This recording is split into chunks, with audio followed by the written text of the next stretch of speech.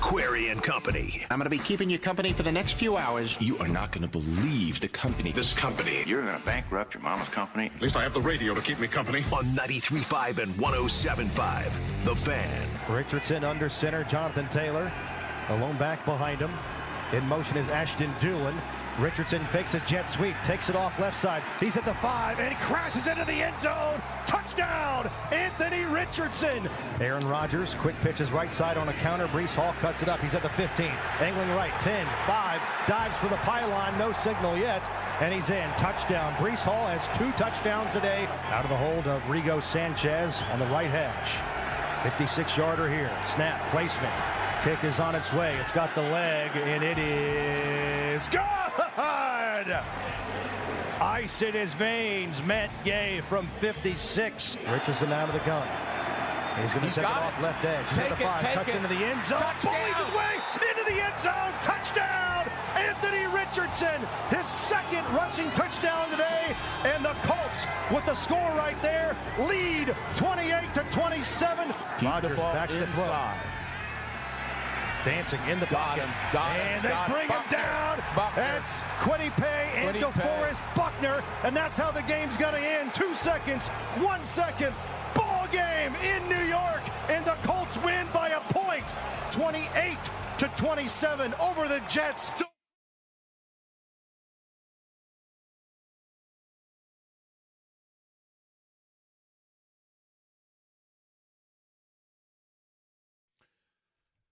So that's how it sounded yesterday. Matt Taylor, Rick Venturi on the Colts radio network. Colts getting a what could be signature win for the season. And when I say that, what I mean is that could be a win that we look back on, perhaps, and say that was the breakthrough moment. And there is so much to unpack about that in Anthony Richardson's comeback in dual form. It was his comeback to obviously being the starting quarterback of the Colts, and it was a comeback in terms of winning, and for the first time in his young career, putting a team on his back and saying, okay, we're going to go down and win this game. What does that mean now in terms of how you parlay from that? We'll get to that and much more over the course of the show today. Good afternoon to you. My name is Jake Query. Jimmy Cook here as well. So, too, manning the controls is Eddie Garrison. And let me begin with what I thought yesterday were the 2 biggest plays in the NFL. If you look at the 2 highlights that I guess would be shown the most frequently over the course of the weekend and tonight during Monday Night Football, when they take a look back at the week on Sunday, the 2 plays that I think will be the most highlighted. The first, that of which you heard right there, and that is the touchdown run from Anthony Richardson. Because not only, you get a straight arm and then the lower the shoulder, and we knew that that is part of Anthony Richardson's game. And you have to give credit to the Colts offensively, and there are 2 ways to look at it. You can give credit to whether it be Shane Steichen or Jim Bob Cooter, whoever it may be, and say, they finally seemingly had a game plan and an offensive design that catered to Anthony Richardson, as opposed to having Anthony Richardson try to cater to a design or an offensive game plan they came up with. They finally utilized his ability to run. They regularly set up for him to use the threat of the run to then kind of vacuum a defense up and then allow and soften things up for him to get involved in his passing game. And he was very precise and crisp on his ability to throw the ball. And we'll get to all of that. But again, let's go back to after that run from Anthony Richardson. The other big play of the weekend was Josh Allen's touchdown run that secured Buffalo's win over Kansas City. And I bring that up not because it's of overly significant relevance to the Indianapolis Colts fan listening audience, but to say this. 2 games, 2 situations, and 2 approaches. And why is that? The Buffalo Bills had a 4th and 2. They had the lead. They had a 4th and 2. They were inside of, I don't know what the exact clock was, but 3 minutes or whatever it was. Jimmy would probably know specifically. and they can go for a field goal to go up 5. But instead, the Buffalo Bills go for it on 4th down.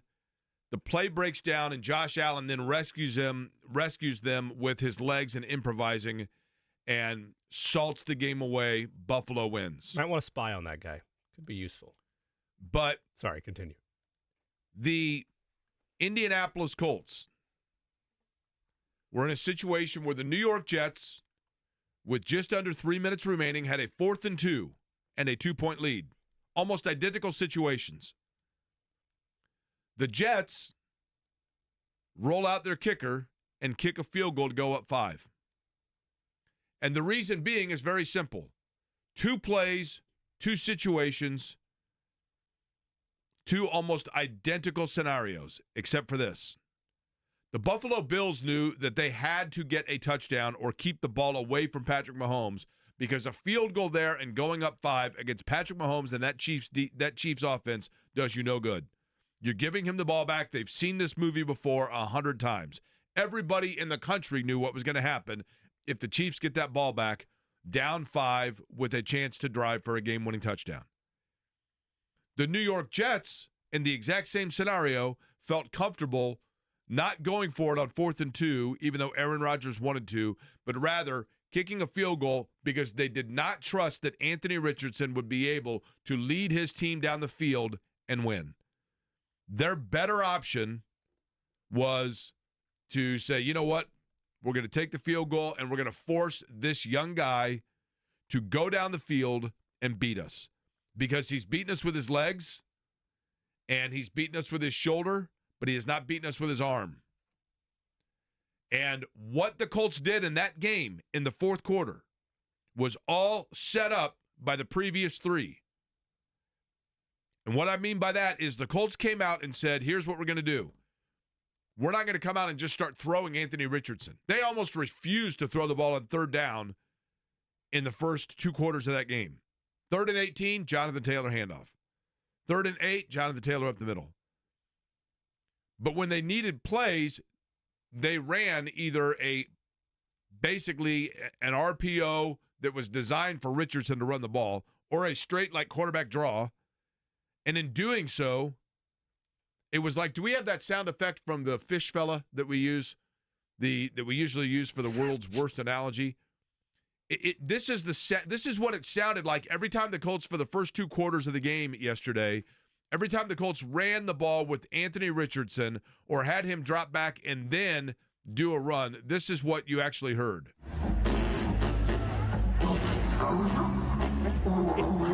Okay, that was the sound of the New York Jets defense, like a vacuum cleaner getting pulled up to the line and having to respect the fact that Richardson could run the football. And then when it mattered most in the 4th quarter, when they needed a game-winning drive, the Colts said, you know what? Previously, we had a quarterback that the only way that we could move the football was by having him run. But now we've established that, and so we've pulled that defense up, sucked them up to the line, and now all of a sudden everything's open in the middle where he's going to have accuracy and he's going to have a confidence about him where he leads them down the field. And what you saw was a Colts win that not only kudos to Anthony Richardson, but also you've got to give kudos to the Colts offensive game plan for finally doing it to cater to Richardson, as opposed, Jimmy, to waiting for Anthony Richardson to cater to them. Yeah, and the kid gloves were off, right? They turned him loose. They let him go make plays with his legs. They let him stay poised and make decisions in his own right. And you had, for the first time really all season, communication success hits with Alec Pierce and Michael Pittman Jr. on a regular basis. And Josh Downs was as potent as he's been the last 2 seasons. Sure, there are areas, and I don't want to focus on them as much today because this is the first time in a long time, but definitely this season, where we've gone on here on a Victory Monday, and of the previous 4 instances, it's felt apologetic for Colts fans, or it's felt like it shouldn't feel like a good Victory Monday. There's a caveat attached to it. I don't want any caveats attached to today. That was easily the best performance of Anthony Richardson's career. You saw the type of poise and growth that you want to see long-term for him to survive in the National Football League. We'll get into this as well today. He set career highs in a number of different metrics, including when you raise lasting the entire game and not getting hurt, completion percentage, and passer rating, and total touchdowns. He was the full package that they drafted him to be yesterday against the Jets. One area that, again, I'm not going to harp on this too much because this is going to happen with any rookie quarterback. There's areas of growth still needed too. He has still struggled with the short and kind of loft touch throws where he puts too much on it or not enough. Those are fine things to be able to still work and improve on. But we asked Mike Chappell this, Jake, last week, and we asked Stephen Holder about it, and you and I both were in agreement on the same thing. When is there going to be a time where you're not just worried about the completion percentage, you're worried about how many successful passes that he is converting on, where it's like 10 a game or 15 a game. He goes 20 for 30 yesterday, and especially on that last drive, they trusted him to make decisions with when he wanted to go with his arm and when he wanted to go with his legs. And the Josh Allen parallel, I know you brought it up because that's the comparison, not as a jab at me. That's generally the comparison they make for Anthony Richardson is he could be that. That's what you want. You want that level of ambiguity late in games where, well, yeah, he could maybe beat us with his arm, but his legs is what make him special. And that type of exclamation point on that day, I'm not going to sit around here and say he's fixed, franchise quarterback guaranteed, but darn it, the bar has been so low for him all season and everything that he went through 2 or 3 weeks ago to have that game and respond. Sure, you've got to stack them. You have to stack them in this league. But to have that game with everything he just went through, I tip my cap to it. The game was a microcosm of Anthony Richardson's season so far. And by that I mean, when it came down to it, he had to show that he was unflappable with the game on the line and come back and overcome an adversity that the team had created. You could say that some of the adversity that he's had to overcome, he created.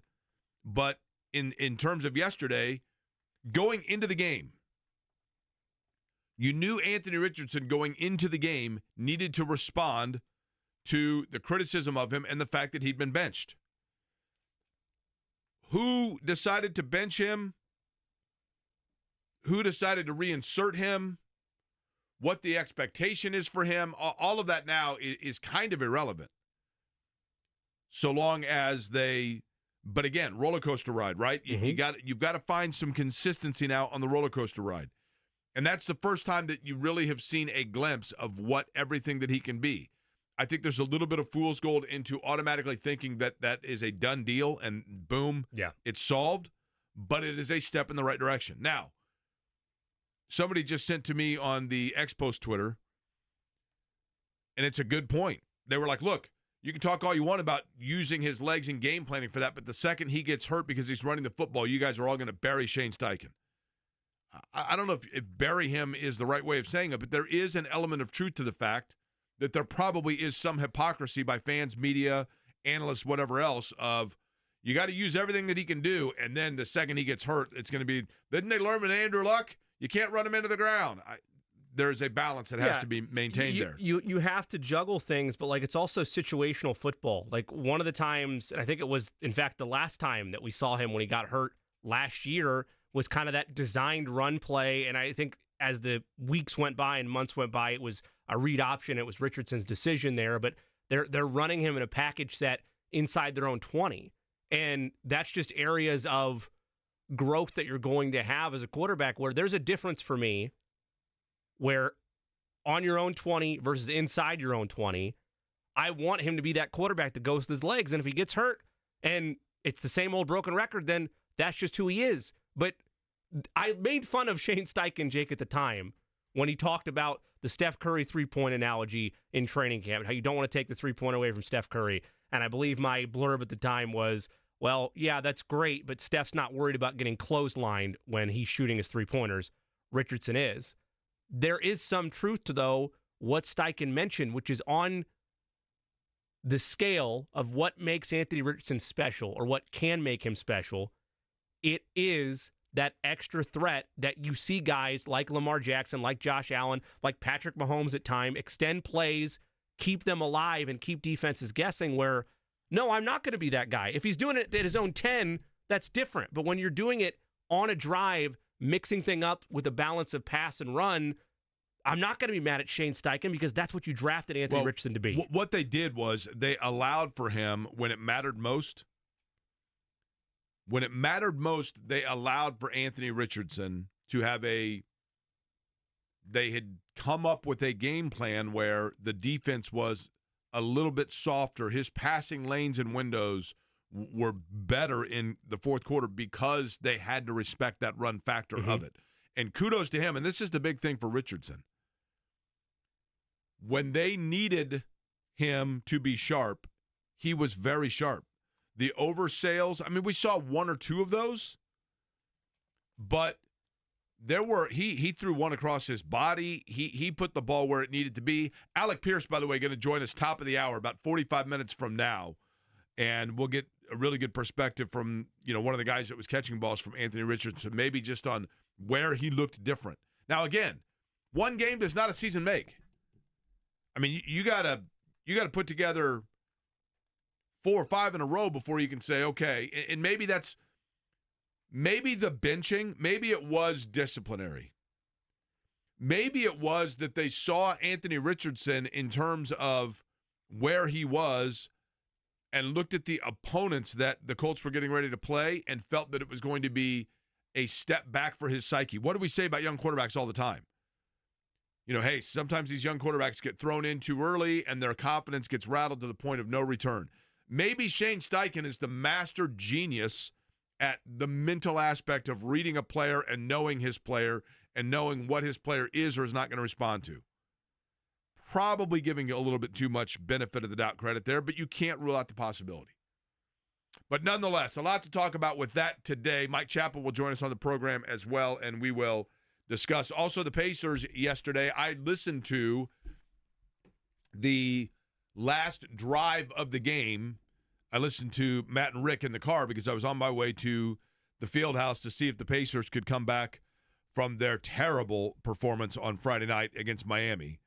I think people booed. Rick Carlisle said that I think the word that he used was he was ashamed or embarrassed, and I get it. Two things here, and I think maybe this might have been a curse. The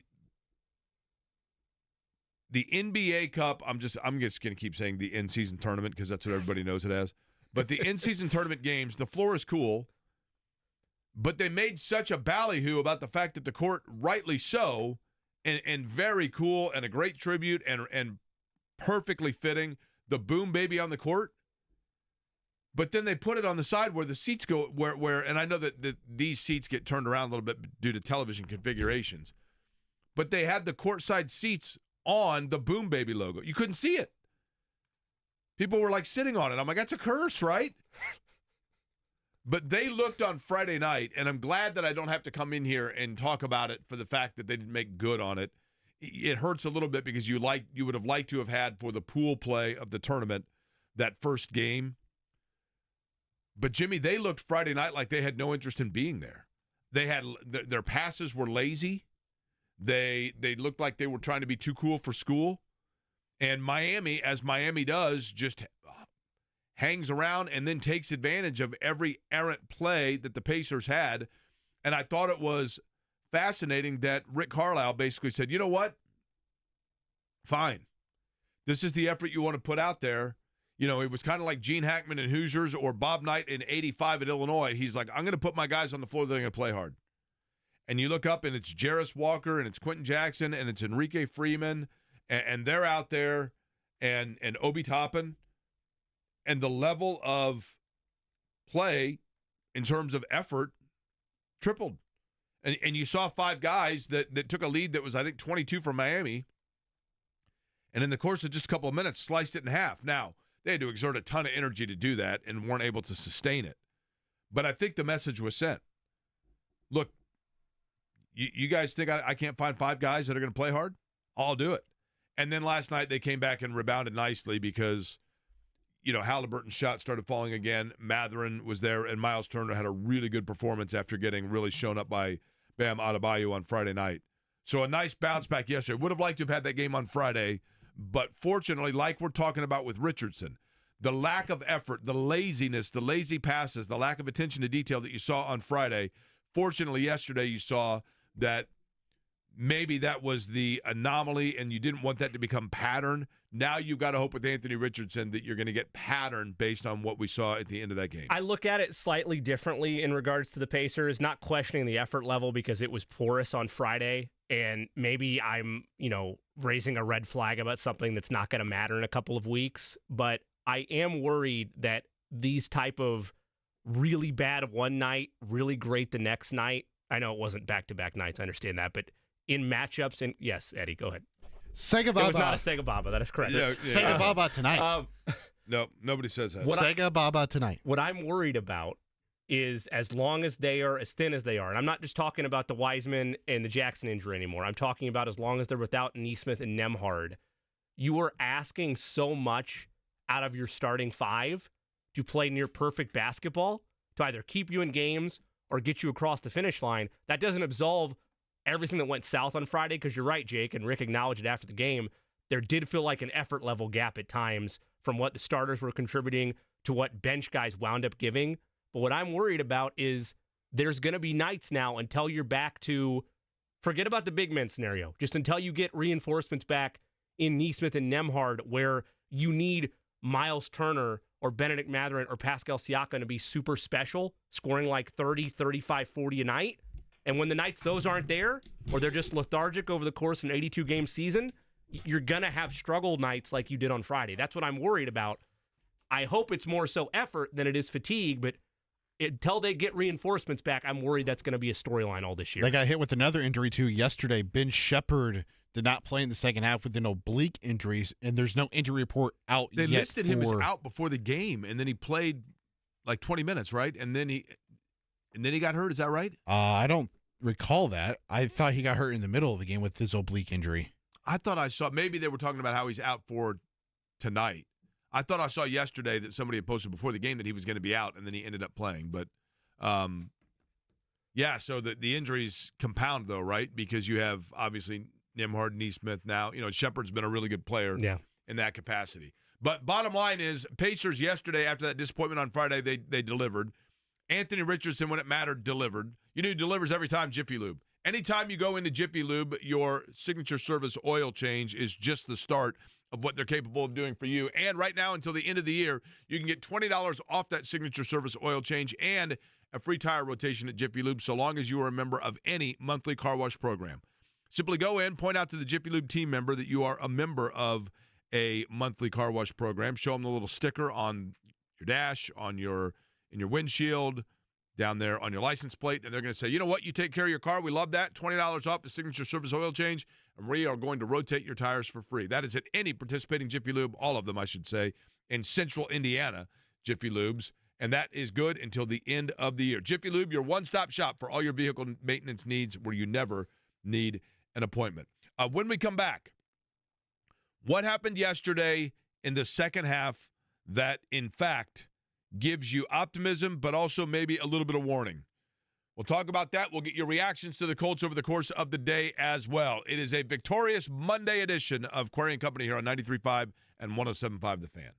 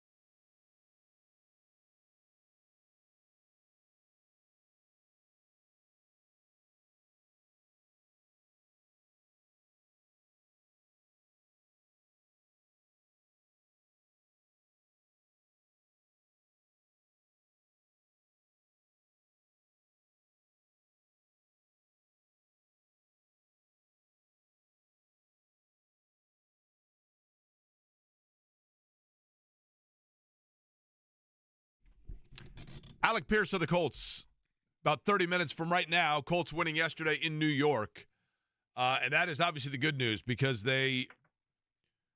that's what you wanted to see. Look, a win, it goes without saying. I was listening to this guy on the radio, and he's like, yeah, it's good news because they won. I mean, dude, like, of course. I get it, right? That sounds like stating the obvious, but it was just the way that they won.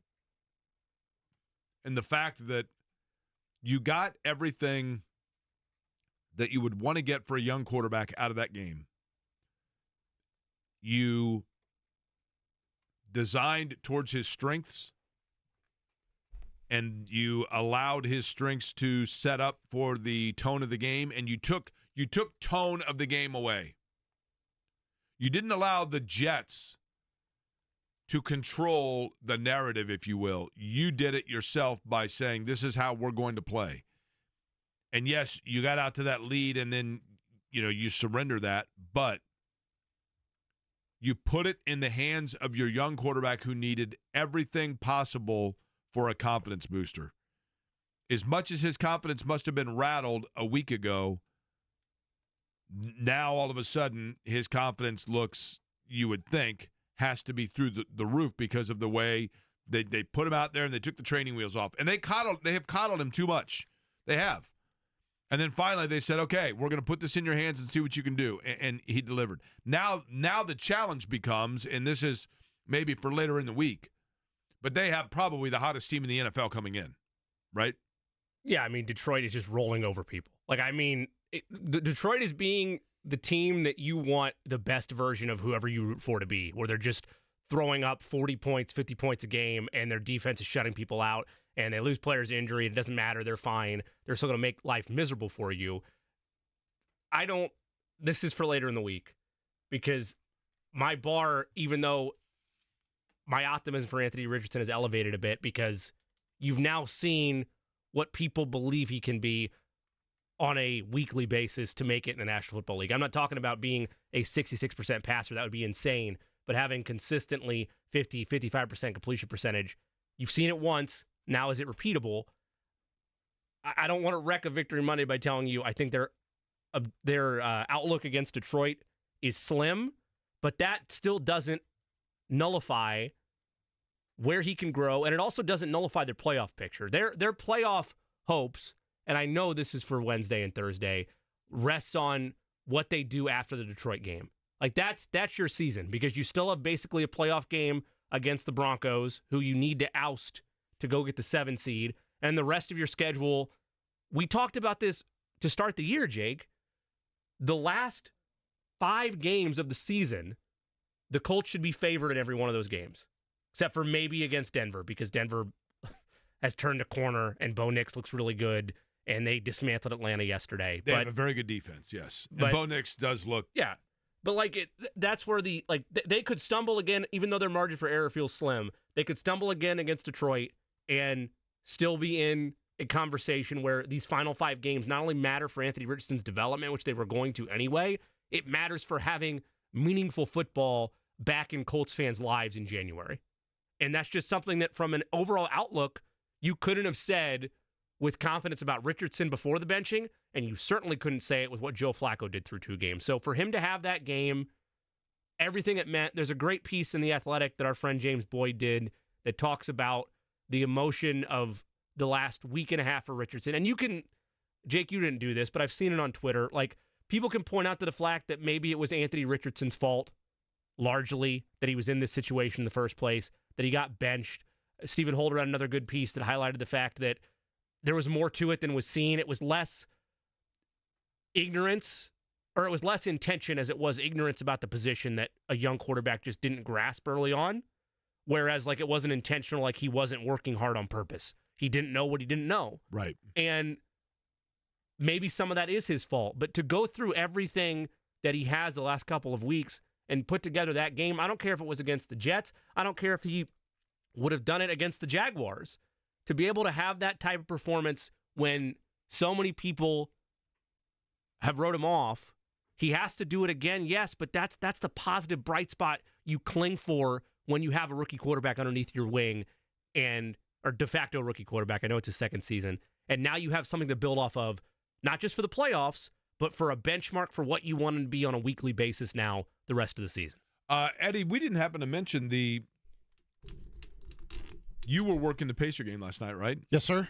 And Friday night. And I was at the Pacer game, and I know people were still on kind of a cloud nine coming off of the Colts game, which was obviously exciting. But in no disrespect to the Colts or Anthony Richardson or what he did, but really I think the moment of the week in sports, the pinnacle of the weekend, the thing that captivated the audience, the thing that people were talking about nationally, that we were fortunate to be able to say that we lived in the same time as, even though you were working and I was at the game, and so we didn't get to see it. But how about that drive that Buffalo put together to defeat the Kansas City Chiefs, get a win, and slay the evil empire and pop the champagne for the 72 Dolphins, and allow for to make sure that the perfect season is not a possibility. An incredible performance yesterday by Josh Allen and the Buffalo Bills. See, I didn't think you were going down this route. I thought you were going to bring up Richard Goodall in his rendition of the national anthem. I did hear Richard Goodall there. He did a good job. It was funny because Richard Goodall, he did the anthem, and then he just kind of turned around and walked off and stopped and took a picture of somebody, and there's a humility about that guy that's very, very endearing, right? Yeah, definitely not like you, though. Definitely not like your humility. Yeah, no one touches Jake's humility. Nobody. Listen, if I was him, my last name would be Great All, right? Isn't that right? I'm just saying. But it was impressive yesterday, the Buffalo Bills over the Kansas City Chiefs, right? Yeah, I mean, you talked about it earlier, just Josh Allen knowing and Sean McDermott knowing that they have to go for it on 4th down and 2, because if they kick the field goal, they know what Patrick Mahomes was about to do. Correct. He's going to walk down the field and score a touchdown. Same song and dance as a couple years ago. So they had to go for the kill, and Josh Allen puts on probably the play of the year for Buffalo and could be an MVP candidacy play right there. You could argue that solidifies the MVP conversation. That's a lot of what's happening nationally today. I didn't solidify it. I'm merely taking it a step further that nationally that is what's happening, that's an MVP moment, and maybe that's what winds up him getting the hardware at the end of the year. Was that hard for you to do, Jimmy? No, it's fine. You don't pop champagne unless you're the 72 Dolphins in November. It's Jimmy being Jimmy. Championships aren't won in November. I tip my cap to the Bills. We move on. I did see Josh Allen is great. I did see an interesting parallel, by the way, of things that happened in the year 2020 and then the year 2024. Yeah.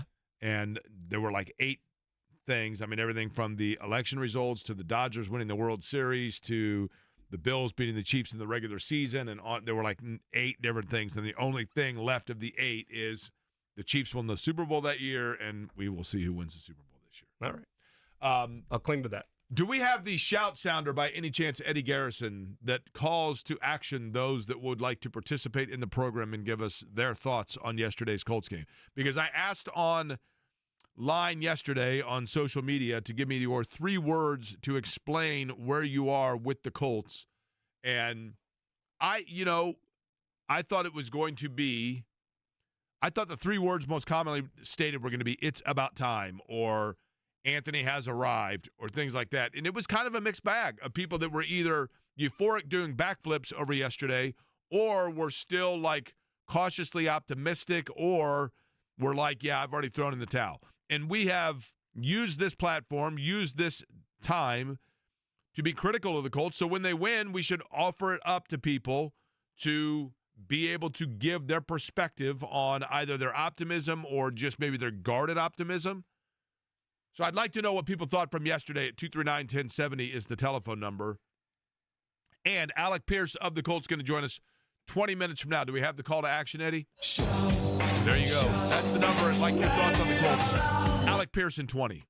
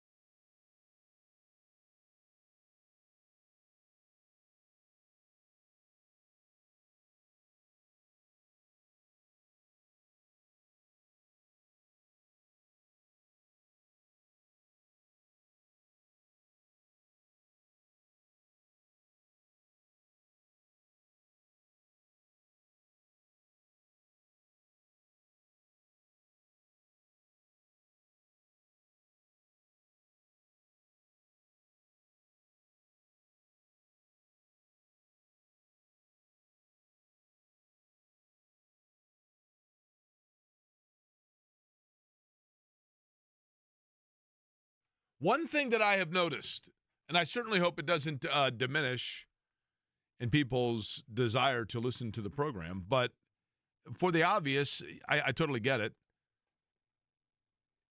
When the Colts are not faring well is when people are most eager to speak out. I think people, when they win, people are like, it's awesome, but there's not as much opinion to be shared, right?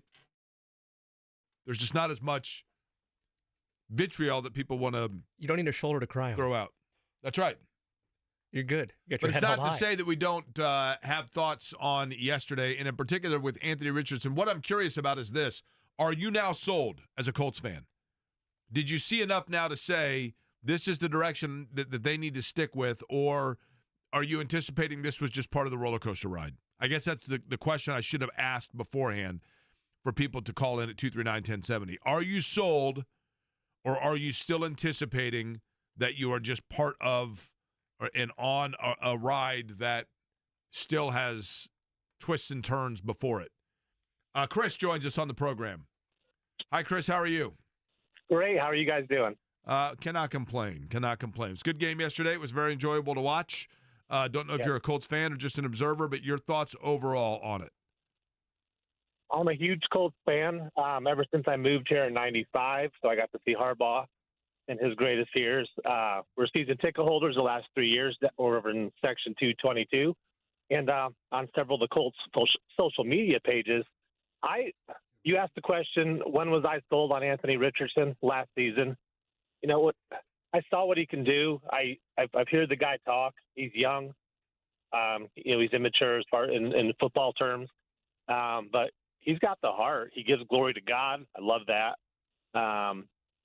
And I think he puts it all out there. I think these last 2 weeks have been a wake up call for him. When he runs with the ball, I just don't think he can be stopped. The only thing, Chris, and I appreciate the call, the only thing that may be what stops him in running the ball is if his own body stops him. And I'm not saying that's going to happen overnight, but you worry about it just based on precedent here, right? Even though it's not snowboarding, I get it.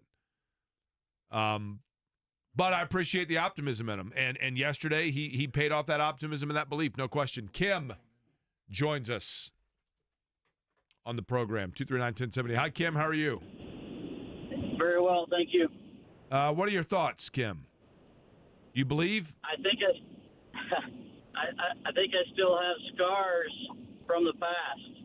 It's one of those things where I was sitting in the building watching Andrew Luck yuck it up with his buddies when he retired after buying season tickets, and I still have scars from that. So I watch AR tap out, and I'm like, what are we into here now again? So I think I'm just still holding on. You still have season tickets? I do not. Okay. Will you get him again? If this shows to be, let's say he comes out against Detroit and he plays well again, will you contemplate going back to it? I think I need to see some. I need to see a redemption tour. Gotcha. I hear you, and I get it, Kim. I totally get it. I mean, it's again, you want to make sure that you are not falling victim to the anomaly as opposed to the norm. But what you want to see is that this is now going to be the norm and not the anomaly. Juanita. Yes. Hello. How are you, Juanita? I am good. Thank you. Have you called the program before, Juanita? I have not, but I am a longtime listener. Well, I don't know if you know this or not, Juanita, and we're excited about this, but that makes you female listener number 19.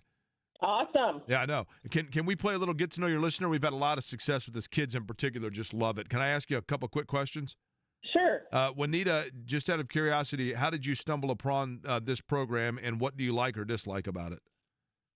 I stumbled upon you years ago when I got a free Sirius program in my car, and I listened to Mike and Mike on my way to work, and then they rolled over to you guys in the morning, and when you moved to the afternoon, I just followed. Okay, well, I appreciate that very much.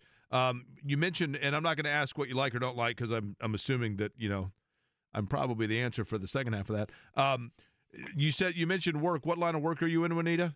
Well, I'm retired, but I was an academic assistant to deans at various universities over 20 years. Oh, outstanding. Okay, so you are, Juanita, within the company here, we're going to give you a director, a title. Are you ready? Okay. You are strictly the director of academia. Does that sound okay? I can do that. Okay. All right. What'd you think of the Colts yesterday? I am so thrilled. I think it's progress. I think we're still going to be on a roller coaster because one game does not, a pro make, as they have said. But I'm finally glad they let AR play like AR and not trying to put him in a square box. So. Yeah, I thought yesterday and Juanita, look, the beginning of the game, I actually wondered if they were if they were being too conservative because of the fact that they refused to throw the ball on third down. And I thought, okay, they are continuing with the kid gloves. And then, as I mentioned earlier, I realized what they were doing was they were simply running that run option that then caused New York to have to really start stacking up the box and keep an eye on where he was going. And then as a result of that, that was completely freeing up, crossing patterns and guys being able to go across the middle and make plays. And you can only take advantage of that when you got a guy that can throw the ball where it needs to go, and that's exactly what he was doing. I thought he was pinpoint accurate, and that's what you want to see. And in addition to that, they kind of simplified it down where I thought that it was very, easy for him to be able to then, once he did have to throw, it opened things up where you were not asking him to go outside of his comfort level, which to me was huge. To your point, one game, not a year make, but it certainly beats the alternative. And, Jimmy, I just thought it was the first time that we saw out of him his ability to say, you know what, let's go. And he did not look timid. And that's what you asked for with taking the kid gloves off, is him getting that level of confidence to say, I'm going to go make a play. I'm going to make a decision when it's time to run, when it's time to pass, and I'm going to do it with confidence. And one of the guys that he threw to for 3 completions for a total of 74 yards, Alec Pierce, going to join us on the program and going to do it next on this Monday edition, Query & Company on the Fan.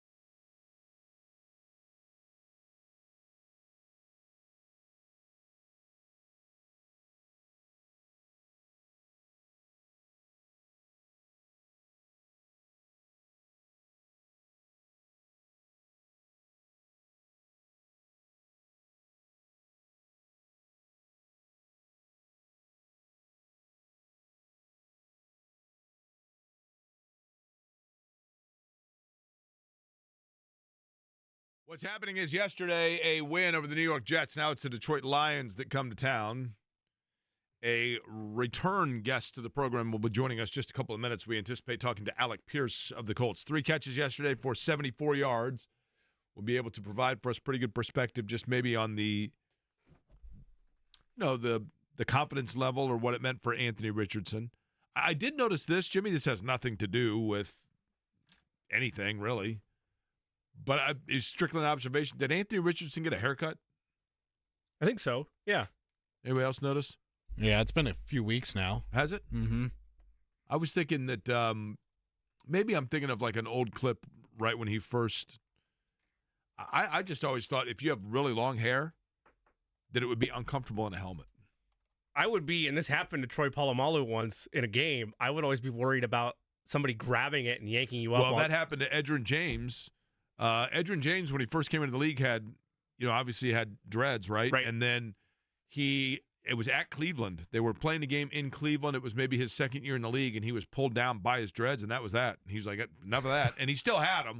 He just shortened them significantly where they were, they didn't come out from certainly the back of the helmet. I also was curious of this. We were just talking about this during the break. And I'll go strictly, and I know that the Fuel are getting ready to start their season, and Rowdy is tremendous in the Indians. But of the two teams that are in season right now, who do you think is more beloved, Boomer or Blue? It was a fascinating conversation before it went back on the air. I guess the abbreviated version of that, I think that the timeless aspect of Boomer having been around for so long, and I just love the antics of Boomer rappelling down, like the dunks in the third quarter off the trampolines. Like I don't know. He's such a staple because he's been around my entire life that for me it's Boomer, but I would be interested if you polled fans, if you polled, parents of young Colts fans, where they would side on that battle between Boomer and Blue. But for me, it's Boomer. What about you? I mean, I think it's Boomer, right? Boomer's the OG, right? I mean, first off, the fact that Boomer is the same Boomer is incredible. Yeah. If you think about his energy level, now Boomer to me is the guy, but I don't want to Oh, don't get me wrong. I don't want to influence the audience here because I'll put it up on a Twitter survey. I love the antics of Blue as well, especially anytime he's involved in a mascot game. That's hilarious to me. I'm a big fan of that. Boomer's been around since day one for me on planet Earth, and so I'd probably go Boomer. But I don't judge either way. They're both. We're lucky to have two great mascots, Jake. You're right. Now, look, what's funny is, so we were at a game, I don't know, probably a month ago. Maybe it was the end of last year, actually. And Boomer's there with Little Boomer, right? Okay. And he's done Little Boomer. Little Boomer's they've had the Little Boomer for, I don't know, a number of years. Yeah. So Shannon says, by the way, the Little Boomer, is that Boomer's son? Because we know the guy that does Boomer. And when he first had his son was Little Boomer, right? Sure. And Shannon's like, he still has his son out there?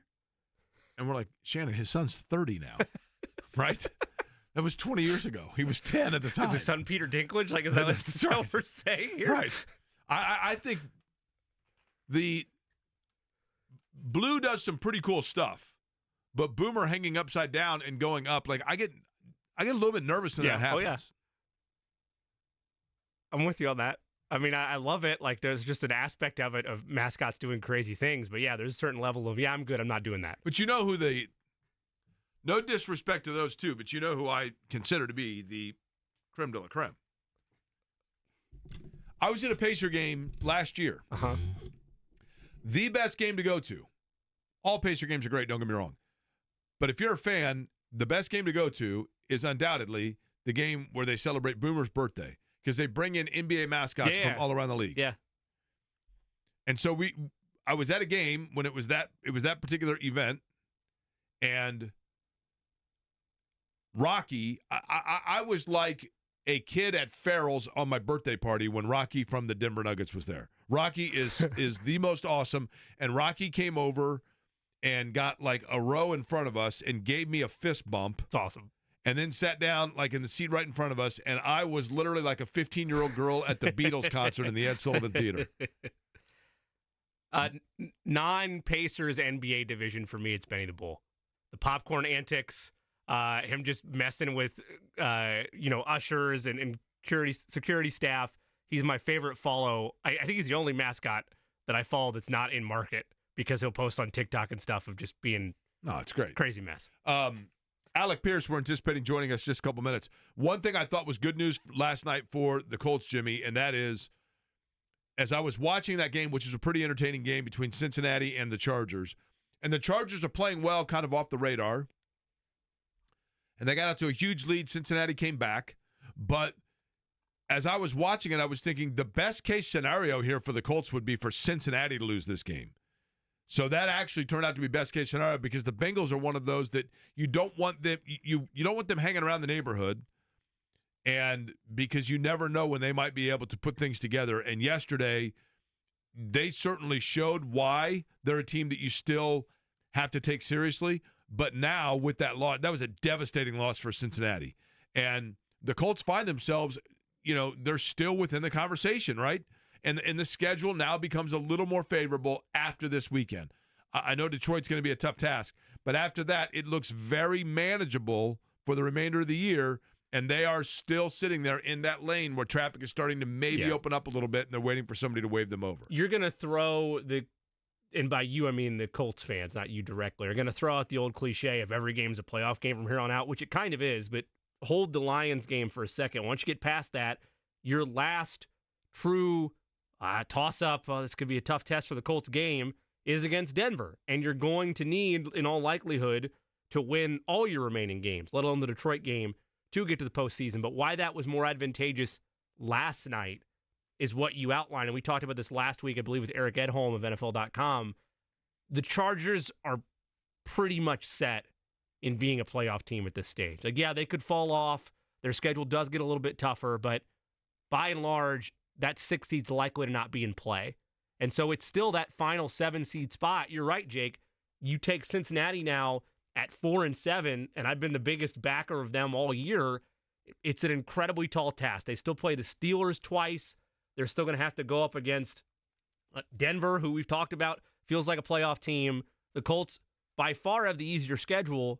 You can push Cincinnati to the side. Now it's Denver who you're kind of rooting against if you're the Colts, along with taking care of your own business. But yeah, that game was a tale of two halves for Cincinnati, and ultimately they've been a good team and a bad team all year. The bad team ends up losing out for them yesterday in a just back-breaking game for their playoff hopes. The other team, Miami, is one of those that's, if you look at the AFC right now and you see where the Colts are, and they have Miami is maybe a game behind them, maybe two, but if you look at conference record, the Colts are going to have every tiebreaker over Miami, right? Yes. So they really are. The Colts really are kind of hanging around, kind of on their own, like in terms of the outside looking in. Correct. Yeah. But there's all these teams that are inside the party, okay, and they're looking out the window, and the Colts are really the only one hanging around in the front yard, waiting for somebody to get sick and go home. The biggest mistake that I've had in mapping out the playoff picture, and I guess I got to raise the hand and say I was wrong because the spots I figured they would stumble, they have not, was Pittsburgh. What Pittsburgh did to Baltimore yesterday, suffocating them in classic fashion, winning effectively by, 6 field goals they end up marking up yesterday. They're 8-2 now. They're in the full driver's seat to win the North, and I don't think Baltimore's going to miss the postseason. So now you're looking at, if you're a Colts fan and you're looking for things to root for that could plausibly happen to get you into the playoffs, you're rooting against Denver, or you're hoping that Houston falls off a cliff, which isn't, like, people throwing that around, and I don't really want to entertain it because I think they are too good of a team to fall off like the Jaguars did a year ago. But if that happens, now the South's back in play. And that's something that I don't think we would have thought possible a couple weeks ago. Eddie, did you say we have an update on Alec Pierce? Yeah, about 6 minutes from now. So now 1:15? Yep. Okay. The South, you would think, though, Jimmy, is really kind of, I'm not going to say out of reach, but if you look at what Houston's done already by winning two, I mean, they're going to have every tiebreaker, right? Right. I mean, they have to really fall off a cliff. Eddie, can I ask for you, because I can't do it as fast as you, I'm willing to admit this is an L for me. Yes, sir. Can you do some quick math for me and get back at some point during the show? Okay. If the Texans lose 2 games the rest of the way, Mhm. and the Colts win out, where would the South be? Because they have those tie breaks. The Texans' record is what right now? That means the Colts and the Texans would have the same record, and they would be tied. Okay, Therefore, yeah, Houston would have the tiebreaker. Yeah. So it's pretty much dead. Like Yeah. you would need the Texans to stub their foot in against They teams. have a 3-game lead essentially over the Colts. like they still. And that would be. I'm saying the Texans lose to Kansas City, which I don't know, and they lose to Baltimore, and that's still not enough. You would need them to either fall to Miami, fall to Tennessee, in their 2 matchups there, fall to Jacksonville, or fall to Dallas. Like you're asking Tennessee to pull a Jacksonville last year where they absolutely. And I would say that Houston pooped the probably bed. is going to this would be my between Baltimore and Kansas City. I'll bet you Houston gets one of those 2. Yeah, I wouldn't disagree with that. Where are they? Where do they play them? They're at Kansas City and they're at home against. Oh wow, that's that. Okay, let me answer this for me if this changes things for you. They play those 2 teams at Kansas City and at home against the Ravens in a span of 4 days. That's tough. There's a lot of weird quirks about the schedule this year for Well, teams. we that saw are yesterday Kansas City's crumbling. Right, it's all falling around. Very now. vulnerable. Yes, right. You can absolutely get that. They finally didn't have the zebras on their side. I know. It was very I nice. know. Hey, it was a tough night for the Chiefs to get all the calls crowd. Wait, let me did the tell you. Chiefs play on the road yesterday? They were on the road, yeah. Was that weird for them? Did they have to find their way to the airport? Don't they play every game at home? They had to drive. They didn't book a flight in time. They were very confused right. this whole air travel thing. So Very clearly, right? And again, I'm going to go back to, though, you mentioned drive. I said this at the top of the show. I'll repeat it. I thought yesterday the tale of the NFL was 2 different teams, 2 different situations. The Buffalo Bills, inside of 3 minutes, had I think it was a 3-point lead at that point. 2 or 3-point lead. What was it? Which was it? It was 2. 2. Yep. So they got a 2-point lead in the ball inside of 3 minutes. They got a 4th and 2. They opt not to kick the field goal, and they go for it, and they end up scoring, and they obviously go on to win the game. Now, they opted not to kick that field goal for the simple reason of everybody in the Western Hemisphere knew that if you're up 5 with 2 minutes to go and you're kicking off to Patrick Mahomes, you're dead in the water. Everybody knows that. Yep. 5 points, not a big enough lead against Patrick Mahomes. The New York Jets, with 2:41 to go yesterday, had the ball. They're up 2. They're driving. They got a 4th and 2. They come up to the line. Looks like they're going to go for it. They call a timeout. Rodgers is still saying, let's go for it. And the Jets say, no, we're going to take the field goal. Why are we going to take the field goal? Because we feel safe with the lead that we're going to get because we don't think that Anthony Richardson can come down the field and beat us. Field goal cushion's enough. You'll be fine. Correct. That shows you right there. You know, if you go back to one of the more famous 4th down plays in this city, when I think it was Melvin Bullitt maybe that had the stop. Yeah. When the New England Patriots went for on 4th down against the Colts here in primetime, and everybody questioned that. And I remember the next day going on with JMV and saying they made the right call. New England had to go for it there because you have a better chance of converting that 4th down than you do of stopping Peyton Manning. Period.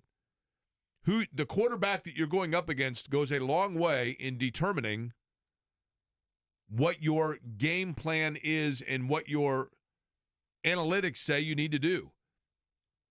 And we are still not at the point where teams are going to respect and honor Anthony Richardson to that point where it's altering what they're going to do. But yesterday was the first step in earning that fear, if you will, or that respect from opponent. Because when Richardson then got the ball, he was masterful. And he wasn't masterful just in his ability to run the football. He was masterful in his ability, especially on crossing patterns, to put the ball exactly where it needed to be. Now, we're nearly halfway through the show today, and because they won and we're being positive, we have not brought up the fact that they desperately need tight ends. Oh, yeah. That's been you and me have been in that camp as big as anybody the last year and a half. And I don't know if it was just, hey, we have other areas that we need to shore up, and therefore we're going to do that before we address the tight end. I don't know if it was, no, we feel like we have tight ends here that can make plays for us. And they don't, like I said, Jimmy, it's like the quarterback position. When you have, what's the old saying, when you have two quarterbacks, you really have none? Mm-hmm. When you have like four tight ends that are interchangeable, you kind of have none. They don't have a game-changing, space-creating tight end. They just don't. And they desperately need it. And Josh Downs, kudos to Josh Downs, and thankful for Josh Downs. And for that matter, Alec Pierce is going to join us just a minute from now, that those guys can get in space and help him out as plays break down. But that's really what that's the most critical part of being a tight end, is being that guy that is just your bailout guy, right? Yeah, and it makes things more dynamic in a passing scheme when you have a safety valve or somebody that's a coverage breaker that's able to take pressure off of that wide receiver room. And again, we've debated this over time. Well, how likely are you to find a George Kittle or a Travis Kelce? I don't even think they need that. It is having a middle to even back end of the road tight end in terms of how you measure success at that position. They haven't had that since Doyle. They just haven't. And at some point, when you're looking at the checklist of things the Colts need to address, and there's still a ton of things that need addressed on this team, that's going to have to be one that you would like solidified to pair with your franchise quarterback. Well, they wanted to move up. Chris Ballard has not flat out said that they were trying to move up in the draft to take Bowers, right? Right. He has said they were trying to move up in the draft to take someone. I think we can safely say it was Bowers. And then yesterday when you saw what Bowers did, you understand why. Yeah. That guy's going to be he is the hybrid tight end, right? The tight end that is ultimately a slot receiver, but also can play the big body position at the tight end. That's what I think the Colts thought. Maybe Mallory had that capability. And then Mo Alley-Cox, Ogletree, Granson. I thought for a while Granson was going to be a safety net. That didn't work out. I shouldn't say it didn't work out. He hasn't been consistently that. Mo Alley-Cox gives you a big target, but he's not necessarily, at this point, a big fluid target. Every tight end they have would be a depth tight end anywhere else in the league. None of them are going to be a starting tight end number one. Every one of them would make a roster somewhere. Correct, yes. But they would not change a roster anywhere. Yes. And that's the issue. Like, that's something that we've continued to harp on, and they're going to have to address at some point. And Eddie brought up, look, maybe it was Neighbors, maybe it was Adunze, whoever it was, that at least is substantive interest by the Colts to upgrade your passing attack with more game-wrecking players for your quarterback. And that's something I was worried about with Ballard going into last year. Was he willing to do that, to take big swings to go help your offense in such a way that it speeds up the development process and makes things easier for Shane Steichen? And even though they ultimately didn't get a trade done, and Ballard, as you mentioned, Jake, has never publicly said he did it, we have enough breadcrumbs from that and from training camp or off-season with the Giants. That's what it was, right, Eddie? We have enough nuggets from that. Off-season Hard Knocks. Right. They tried trading up with New York. We have enough nuggets from that to know they did try. And for all the gripes I have with Ballard, assuming like that's a conversation for another day, but if he's still in charge come April and May, I need to know they've shifted that way to realize there are reasonable areas to upgrade offensively. Hey, Jake, I've got my eye on Penn State tight end Tyler Warren for the draft this year. Kind of feels like this year's Bowers. Yeah, they're going to have to address it. I mean, but you like the fact, at least now with this Colts roster, there were times going into drafts with the Colts where you're like, they need everything.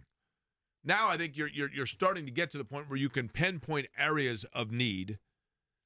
And another thing that we have not talked about from yesterday, where you got to give Anthony Richardson a ton of credit. And I apologize that it took me 78 minutes to get to this. I forgive you. Thank you. That line yesterday was banged up and porous. Mm-hmm. He did that yesterday with an offensive line that basically had him running around. At one point, he made a throw that was unbelievable because he had, 90% of quarterbacks in the history of the league would have been sacked. And yet he hangs in and is able to make plays because of the clock in his head. And maybe this was a good thing that he took the 2 weeks off. Not 2 weeks off, but you get what I'm saying. Maybe it was a reset altogether, including a reset of the clock in his head. because he wasn't hearing the footsteps and he wasn't rushing through it, and he was staying in the pocket and even escaping the pocket, but staying with the play longer than you would normally expect. The other thing about that last drive, Jake, that you mentioned, which is the major confidence takeaway for Anthony Richardson, the Colts moving forward, they get it done in under 2 minutes.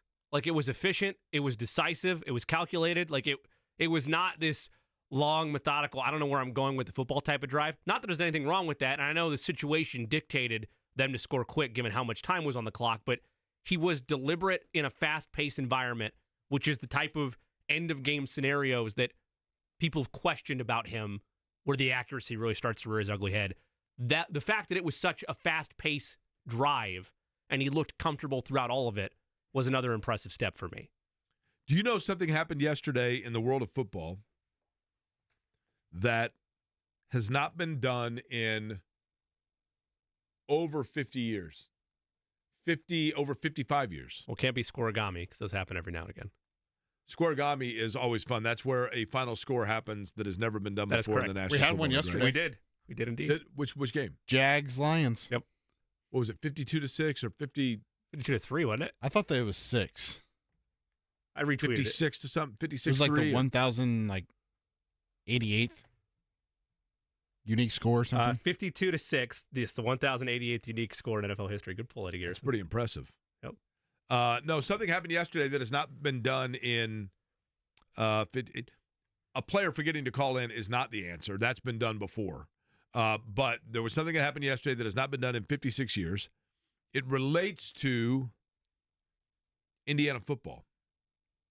Although Indiana football was not a part of what was done 56 years ago. Did somebody take a picture of the scoreboard when they were up?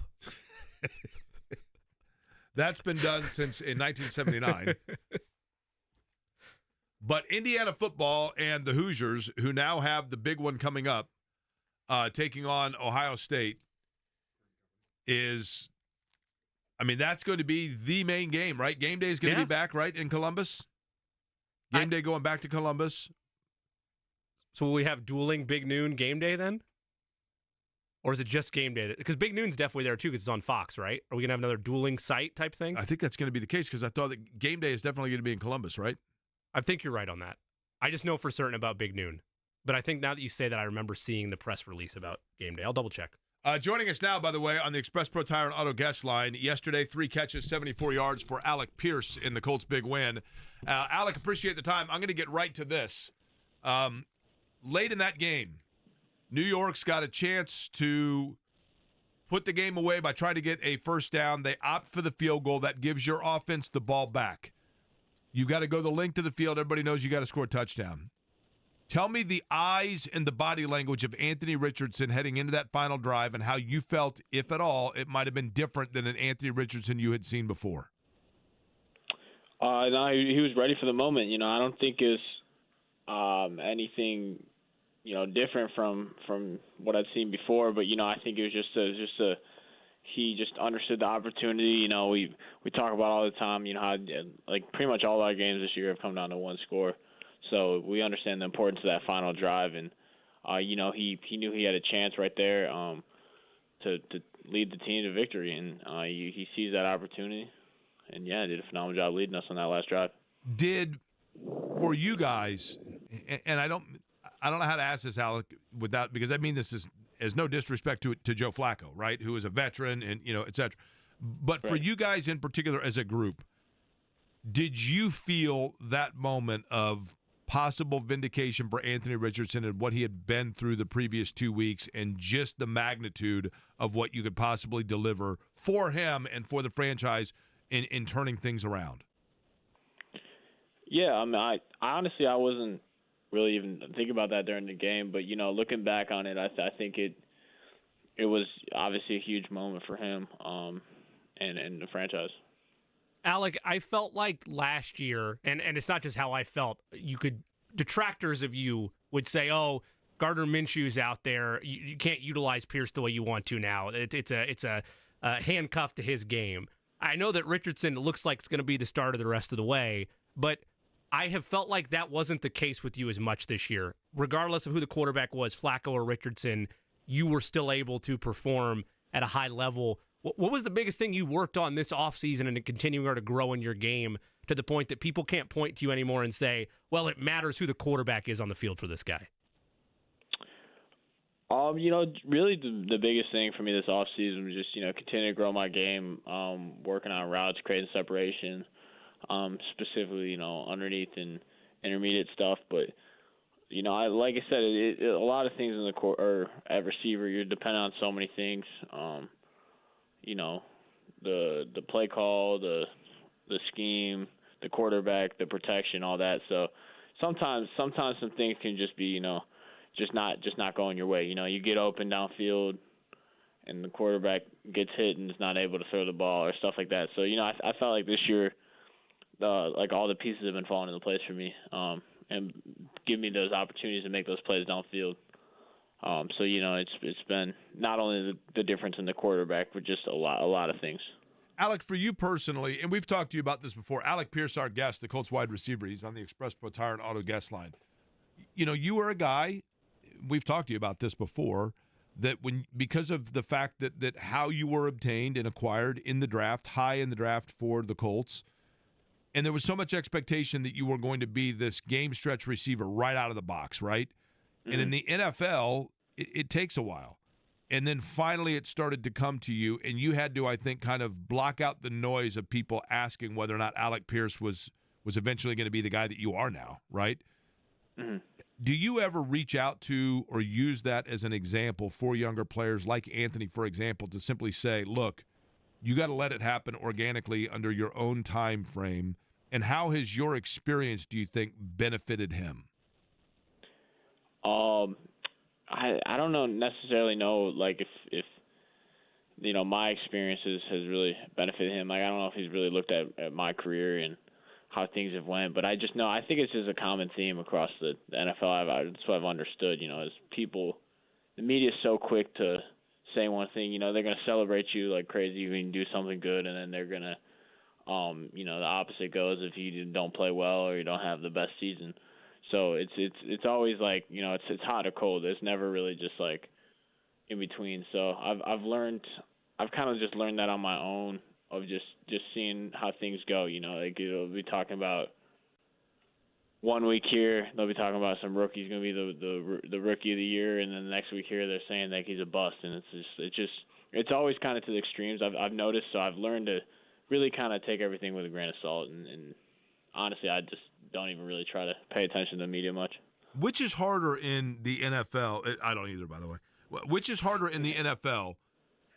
When you win a game, not letting yourself get too high on that and dwell on it, or when you lose a game, not letting it completely bury you down when you got to turn around and play again the next week?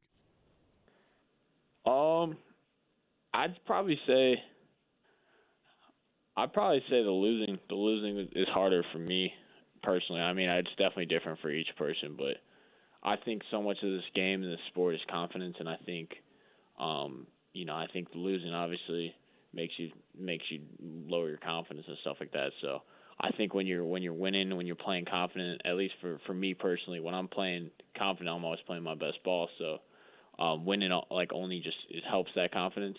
Because I know the type of player I am, the type of person I am. I'm not gonna kind of like, we're winning right here. Like I'm not working as hard, stuff like that. Like I'm very, very consistent in my routines and do kind of the same thing every week, no matter what it is, who we're playing, when we're playing. So I think definitely that's why I think the losing is makes it harder for me. Yesterday, the touchdown run from Richardson. Mm-hmm. Now, be honest, when you went back and looked at it, did you think to yourself, it looked like Earl, I don't know if you've ever seen the old, like, 50-year-old videos of Earl Campbell, like, lowering his shoulder on some poor guy from Rice and blasting him 5 yards. I mean, Richardson yesterday, we're looking straight fullback here, right? As a receiver, are you thinking to yourself, you got to protect the arm here, bud? Like, you got to get me the ball, too. I'm being flippant, but, I mean, obviously, if you could, just your reaction to strictly the physical nature of what we saw yesterday. It was impressive, It looked like he had something to prove. Obviously, we don't want to live with our quarterback doing that multiple times a game, but I'm all for it. a couple times a season when it's got to be done. When did you know you guys were going to win that game?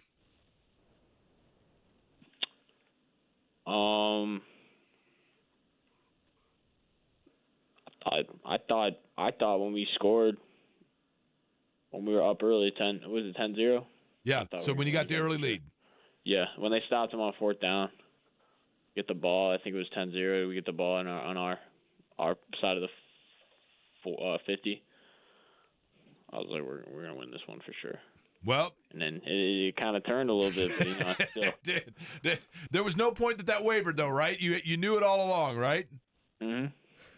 All right. Alec Pierce yesterday, 3 catches, 74 yards. Colts get the win in New York. Alec, we appreciate it. I think maybe now you guys get a little time to get the body healthy, and then Detroit is up next, which is a big one. So I know you want to get back to work. Appreciate the time today. I appreciate you. All right, Alec Pierce joining us on the Express Pro Tire and Auto Guest Line. I mentioned something that had not happened in over 50 years in college football, and it relates to Indiana. I'll tell you what that is because Don Fischer, the voice of the Hoosiers, who could talk a little basketball with us as well, joins us next.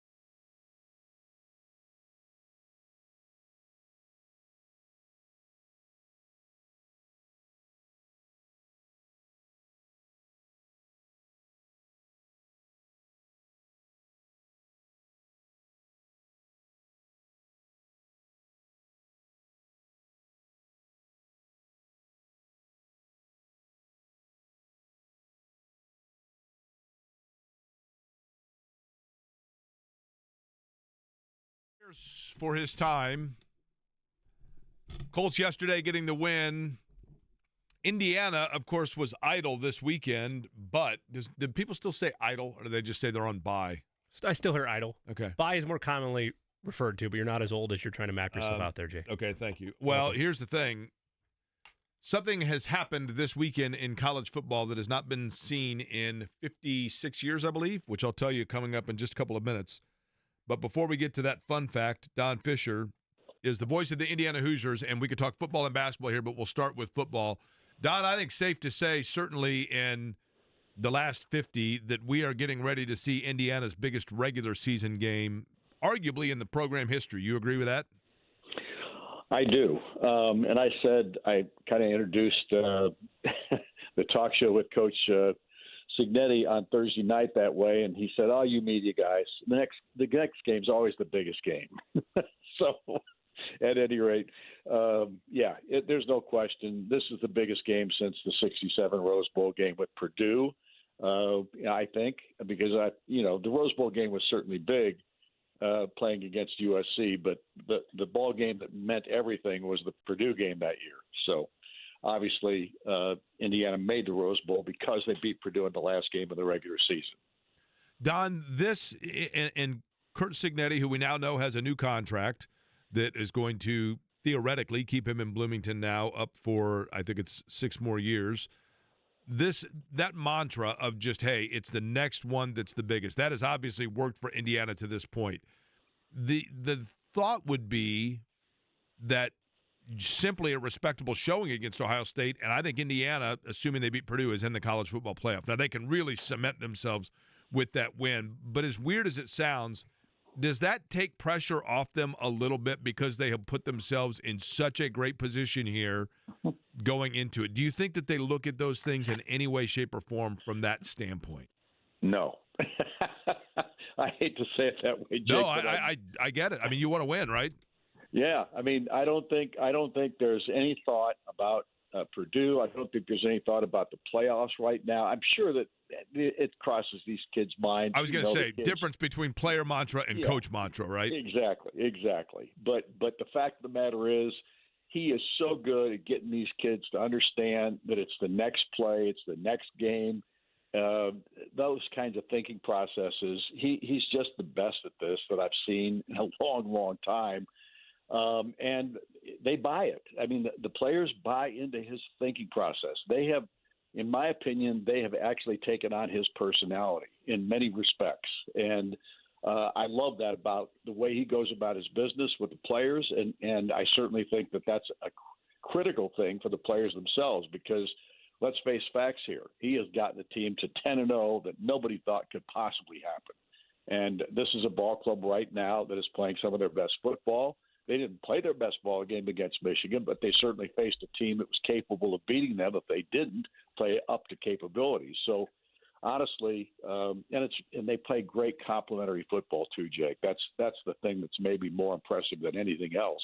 When one side is not taking care of business, the other side is, and picks that side up. So, I just think right now this ball club is thinking about the next game and the next play, so to speak, and they're not getting any farther ahead of themselves than that.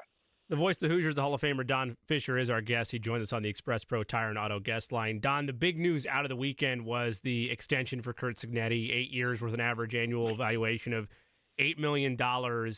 I ask you this because you were the one from day one that said something feels different about this guy, the way that he talks, the way that he handled himself, the way he coaches his players. I don't think this because he's going to yell at me and tell me to Google him, but why do you think that this was not a honeymoon rush judgment? This was a decision that had to be made for the university and for the football team right now. Well, in my opinion, this decision was made probably 2 or 3 or 4 weeks back. I think they saw immediately what this guy was doing. If you're close to it, like I am, and you watch this team practice in the spring, you watched him in the fall get ready for the season, you watched how he conducted his business, the guy is as sharp as anybody I've ever been around in that regard. He's just so smart and believes so much in his system and his philosophy and his culture. and it's rubbed off on everybody. And I don't think it took more than a couple of weeks into the season to determine that we want this guy never to leave at this point in the program. So I think that process has been ongoing. I don't know when the actual thinking took place, but my gut is it happened very early on. Don, when in your conversations, Don Fischer, the voice of the Hoosiers, is our guest. Indiana at Ohio State, big one coming up Saturday in Columbus. And maybe you haven't gotten into it with him yet, but just in your conversations with Coach Cignetti or preview of it, the thing about Ohio State maybe that jumps out at Indiana that schematically they're going to have to make sure that they have shored up going into Saturday, or what they want to do and execute with the most significance would be what? Well, I can't answer that question, Jake, because he won't tell me. I mean, he's not going to tell me his game plan. He doesn't tell anybody his game plan other than his coaches. I don't know what that is. Here's what I would say, and I don't think that this team gets ahead of itself in any way, shape, or form, and I don't believe that they will. I think the critical factor in this ball game will be Curtis Rourke. I think if they can put pressure on Curtis and make him not be his normal self, and I thought Michigan did that a little bit against Indiana in that last ball game. I think in the second half, we saw him make a very uncharacteristic throw for an interception. I think he only has 4 interceptions on the year. I think Curtis Rourke is the difference in this ball game coming up as far as Indiana, if they are able to score against that defense, because Ohio State has a really good defensive ball club. There's no question about that. And they have been good against everybody they played this year. So I think the critical factor will be on the offensive side of the football. Can Indiana put points on the scoreboard? It doesn't necessarily have to be the dominant and the crushing performance that they've had offensively against virtually everybody else they played. But they're going to have to be able to put points on the scoreboard. And then, of course, the defenses have to step up. And that defense has been so good in tough situations this year. I can't believe that it won't. But I think it's going to be more of an offensive scenario for Indiana to win this game. Don Fischer is our guest. All right, Don, one basketball note here. I thought a good win for Indiana over South Carolina, because anytime you're going up against a power conference team, it's a good win. Late in the game, and I think you and Eric talked about this a little bit in the postgame, the game that wasn't necessarily in question for Indiana, but once South Carolina was just kind of hanging around into the last couple of minutes, Indiana finally emphatically kind of put it away, and I thought that was impressive. What were your impressions of what Mike Woodson's group was able to do, in particular late in the game against South Carolina, to cement that victory? Well, the thing that they did, Jake, overall in this ball game was shoot the three. I mean, they hit 8 of 17. That's 47%. South Carolina put up 29 shots from the three-point line and made 8. So Indiana matched them as far as the makes. And then I thought the other thing, and this was such a disjointed game in the second half, because there were 12 fouls called in the first half and there were 32 fouls called in the second half of this game, that made it disjointed, and just there was no momentum that you could really feel until the end of the contest. And I thought that Indiana hung in there, didn't let that bother them, was able to get a lot of different players to score the basketball. They had 5 guys in double figures. I think what they did at the end was critical, but at the same time, I think it was a combination of Indiana playing its game throughout and forcing South Carolina to maybe do some things that they weren't capable of, which is knock down more threes, because I thought Indiana's defense played very well in this contest, and I think that's been one of the real good surprises that we've seen thus far. This team is better defensively than the team we saw last year at any point. And, Don, I thought, Mackenzie Mbako, we know, and we knew a year ago that he can shoot the basketball. It's a matter of kind of putting him in the operating area to be able to do that. That's been a good sign for them so far this year. But I think Miles Rice has really, and maybe I'm naive, to me, not necessarily as a floor general, but as a shooter also, has exceeded where I thought he was going to be. Is this almost like a surprising added bonus in terms of his offensive production from a scoring standpoint, or was I misreading what he was thought to bring to the table coming in? Well, I mean, anytime you get a guy that's supposed to be a quality point guard, you're thinking that he's a distributor first and not looking for his shot. And I don't think Miles definitively looks for a shot, but I think he's a very confident shooter. He didn't play very well in the East Carolina ball game, or the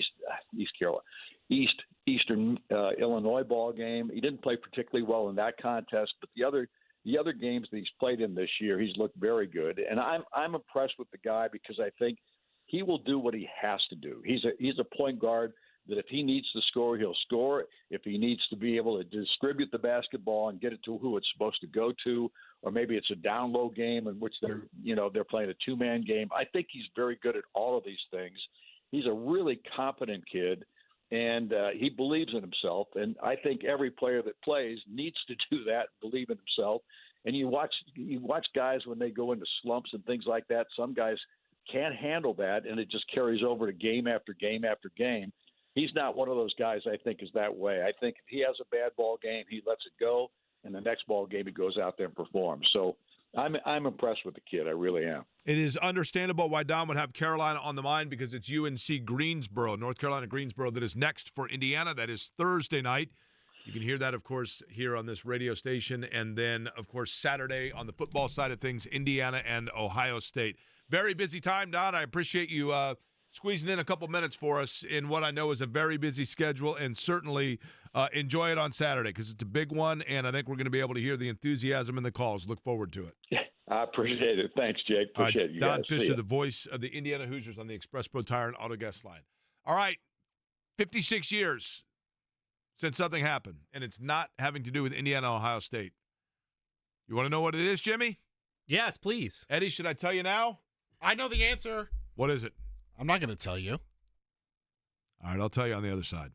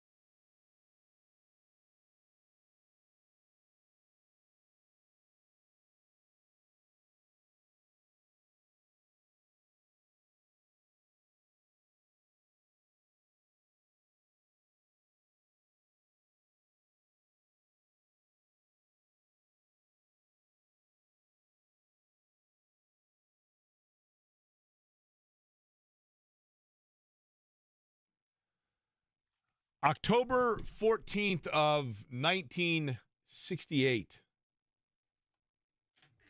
Now, that would be, if my math serves me correct, and we have tickets, by the way, to give up, or an entry, I should say, for the Drumstick Dash coming up in just a minute here. If you would like to do the run on Thanksgiving morning through Broderpool to move your feet so others can eat, we have an entry for you. We'll do that in just a minute here. If my math is correct, then that's 56 years ago, right? October of 68. Now, is your trivia question in connection to the Bulls and Bucks, because that was the first game of the Milwaukee Bucks franchise? Was it really? Yes. They lost to the Bulls. Now, how would you know that? Did you look up this day in sports? I literally just looked up what happened on October 16th, 1968. In sports? I Or just just looked across the board? Just across All the right, board, because you never know with Jake. That's fair. Man, ain't that the truth? That needs to be on a T-shirt. What's that? It's the adventure of the show. We never know. It could be sports. Could be pop culture. Could be anything. You know what the number one song was at that time? I believe the number one song was right here. Yes. The song that Eddie has never heard, right?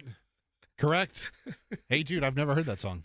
That week when Hey Jude was number one atop the charts was the last time that two schools from this fine state of Indiana found themselves ranked in the top 6 of the Associated Press college football rankings.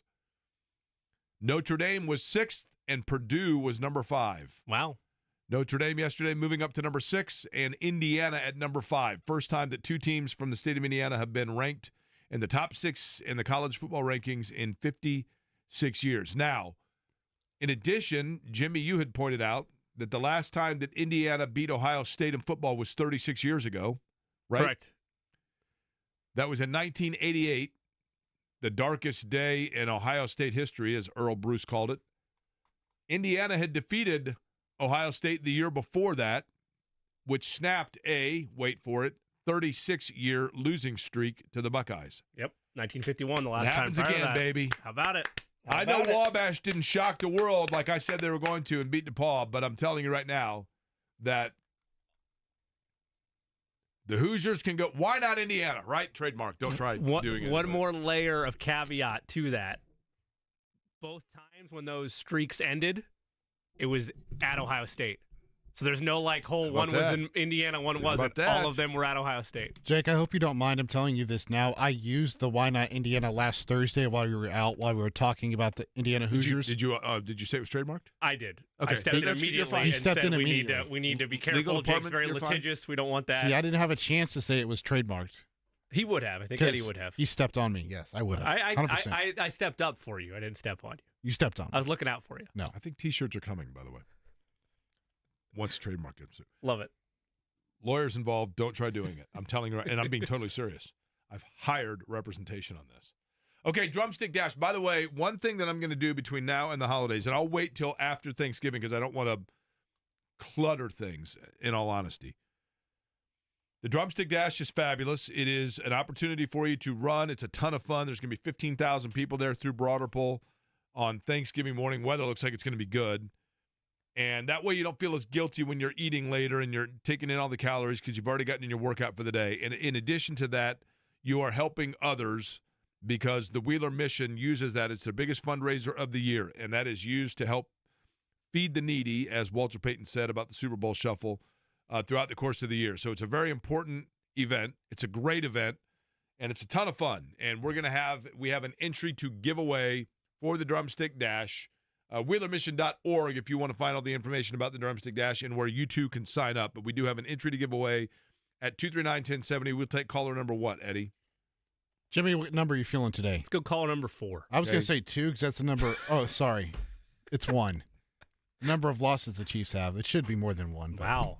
You know, the Zebras are on their side all the time. Wow. Except yesterday. So you're going with caller number 2? So you're undercutting. No, caller 1. Oh, okay. So you're undercutting my request, and then you also got the Chiefs jab in there. I tipped the cap, Eddie. Well done. Good job. The other thing, once, and I'm just going to tell everybody this ahead of time. I'll wait until after Thanksgiving for this, even though the time is going to be, well, I shouldn't say that. I'll mention it a few times, I guess. But I did this a year ago, and it meant the world to me that we were able to help out with this. Firefly, which was formerly known as the Children's Bureau, is an organization that takes in children in the middle of crisis. So the middle of the night, the police get called to a situation where there's a domestic situation or, a child is taken out of at school. A parent notices where a child is endangered. They go and they live at Firefly, formerly called the Children's Bureau. And I've gone through it. I've been there. I've seen the tremendous work that they do. And these kids that are there, Firefly also, because it's a children's and family alliance. So they're helping reunite families, put families back together, and they also help families that are simply in need of assistance. They do a program where you can adopt a child for the holidays to help with their Christmas wish list. And, oftentimes it's something like, I'd like soap, I'd like clothing. Sometimes it's heartbreaking, but you can go online on the Firefly website. I will post that to my social media account, let everybody know where to do it. But I would love for people, if they are so willing and have the time and the resource to do so, to be able to adopt a child, a family, whatever it might be. They have a number of individuals in need, and they make it very easy. When you adopt one and you agree to adopt it, you get a shopping list. Oftentimes it has an Amazon link right there, and you can either have it sent straight to Firefly or you can arrange for yourself to then drop off. All of it is very self-explanatory on the Firefly website. But between now and the deadline of when that comes, I'm going to occasionally read the Christmas wish list of some of these children, so that you can see the need and you can also see the humility that goes with it. And there is no better gift you can give yourself over the course of the holiday season than that of helping others. So we're going to try to get people to rally around that between now and Christmas. We gave away the pass. Is that right, Eddie? Yeah, we did. I just got to get the caller information. Okay, Mike Chappell, by the way, Talking Colts, joins us next.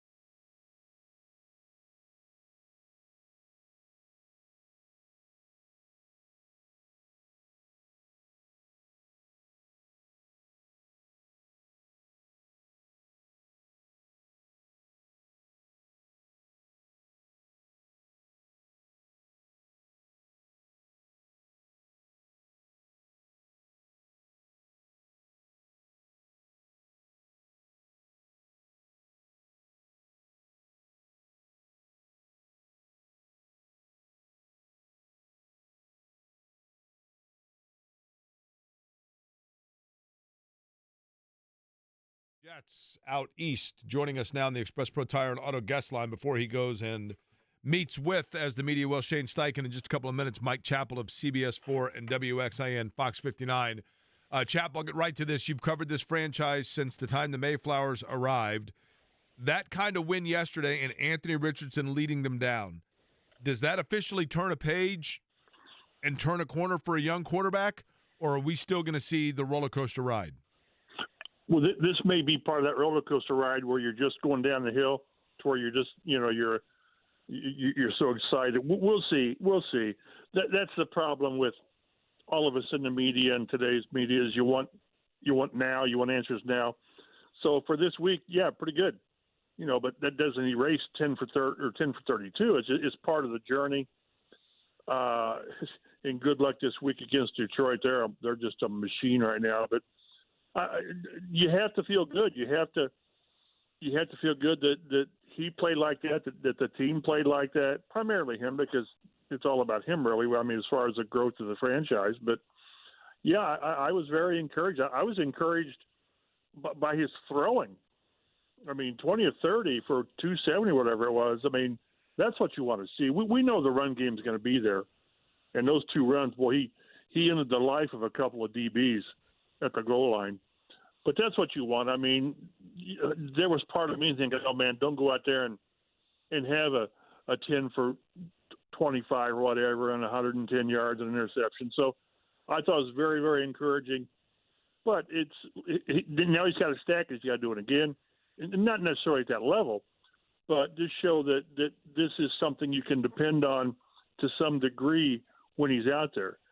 So, yeah, I was very encouraged, but I mentioned in my story today, I'm not ready to anoint him the quarterback of the future. Right now he's the quarterback of today, but I feel a lot better today than I did Saturday before the game because you just don't know. Did they finally, Chap, kind of take the training wheels off of him and say, you know what, and this is the observation I made sarcastically at the beginning of the game, it felt to me like they finally started game planning to Anthony Richardson as opposed to asking Anthony Richardson to conform to their game plan. Does that make sense? I thought until this time, maybe because of the fear of injury, I don't know, or maybe because they didn't think he was ready, which was not a good option. But I thought they weren't using him in the run game as much because they didn't want to expose him as much. Maybe we're way off on that, but it appeared that way. And that's you just can't do it. Part of understanding or coming to grips with what you've got is he the guy? Can he be the guy? This is who you drafted. You drafted a guy that can do this in the run game, and normally he's more effective yardage-wise, and can do that with the throws and the deep throws and the intermediate throws. And part of the evaluation is can you trust him to be who he is and limit the risk of injury. There's always risk of injuries when you run your quarterback. There just are. But I thought if you're going to have this guy and you've clearly hooked your future to him, find out if he can be the guy, not only in numbers and all that and decisions, but can you get up every time and go back to the huddle? And again, one game, yes, and he had a lot of carries yesterday. So in confined spaces where you're getting hit and beat on. So yes, I agree that I thought that's what they needed to do, and I thought that's what they did. Mike Chappell of Fox 59 and CBS 4 is our guest. Mike, I'm with you. I said that to start the show. You need to stack these performances. I'm not ready to jump on and crown him as the franchise quarterback, but I set a curve going into this game, given everything that he went through, given the track record that says for players that go through that type of benching doesn't work out with the same franchise. And again, there's going to be struggles. Detroit's going to be a tough test, but when you factor in the curve of where expectations probably were given everything he went through and the status of a lot of things for the Colts going into that game, were you not all the more impressed by it given the circumstances and the ask of him? No question. Because, again, they didn't ease him back in and say, listen, we're going to try and make it easy on him. We're going to give Taylor 25 carries and all this. No, they said, this is our guy. This is what we believe, what we know he can do, and you're going to game plan accordingly. So, yeah, I thought so. But like you mentioned, like I mentioned, then do it again and do it again. and have a bad game or not great game, and then do it again and have a great game. And yeah, this like Zygmunt, this is part of the ride. And anyone who's a roller coaster enthusiast, which I used to be before my back went out, is boy, there's highs and lows, obviously, and the highs are incredible. I mean, what a rush! You just hope that they're not too low, and we've seen some of the too lows. So there's really hard for me to see how anybody can come away from yesterday saying, yeah, but other than yeah, but do it again, because I thought there were a couple of lost fumbles, which he and Taylor have got to get that fixed. You can't just waste a play with the risk of losing the fumble. Once a game, you can't do that. But if you're not encouraged by what you saw yesterday, then you're simply not an Anthony. You're not on that train to where he needs to be the guy, and you're looking for reasons to nitpick because there wasn't a lot there. What would you point to in terms of that's not something or that's not a play that he makes 2, 3, 4 weeks ago? Oh wow, maybe a couple of those inside throws to Downs, that 20-yarder to Pittman. The one the big one, the one to Pierce down the sideline. We've seen a lot of those. I mean, the deeper balls, great pump fake, and they caught the Jets. Probably the ones over the middle of the field. More of the. And I tell you, and I mentioned it on Twitter. You sort of forget how the ball comes out of his hand. I mean, it's just here to point A to point B in nanoseconds. So probably those. And I don't think that I can remember him putting the ball at risk.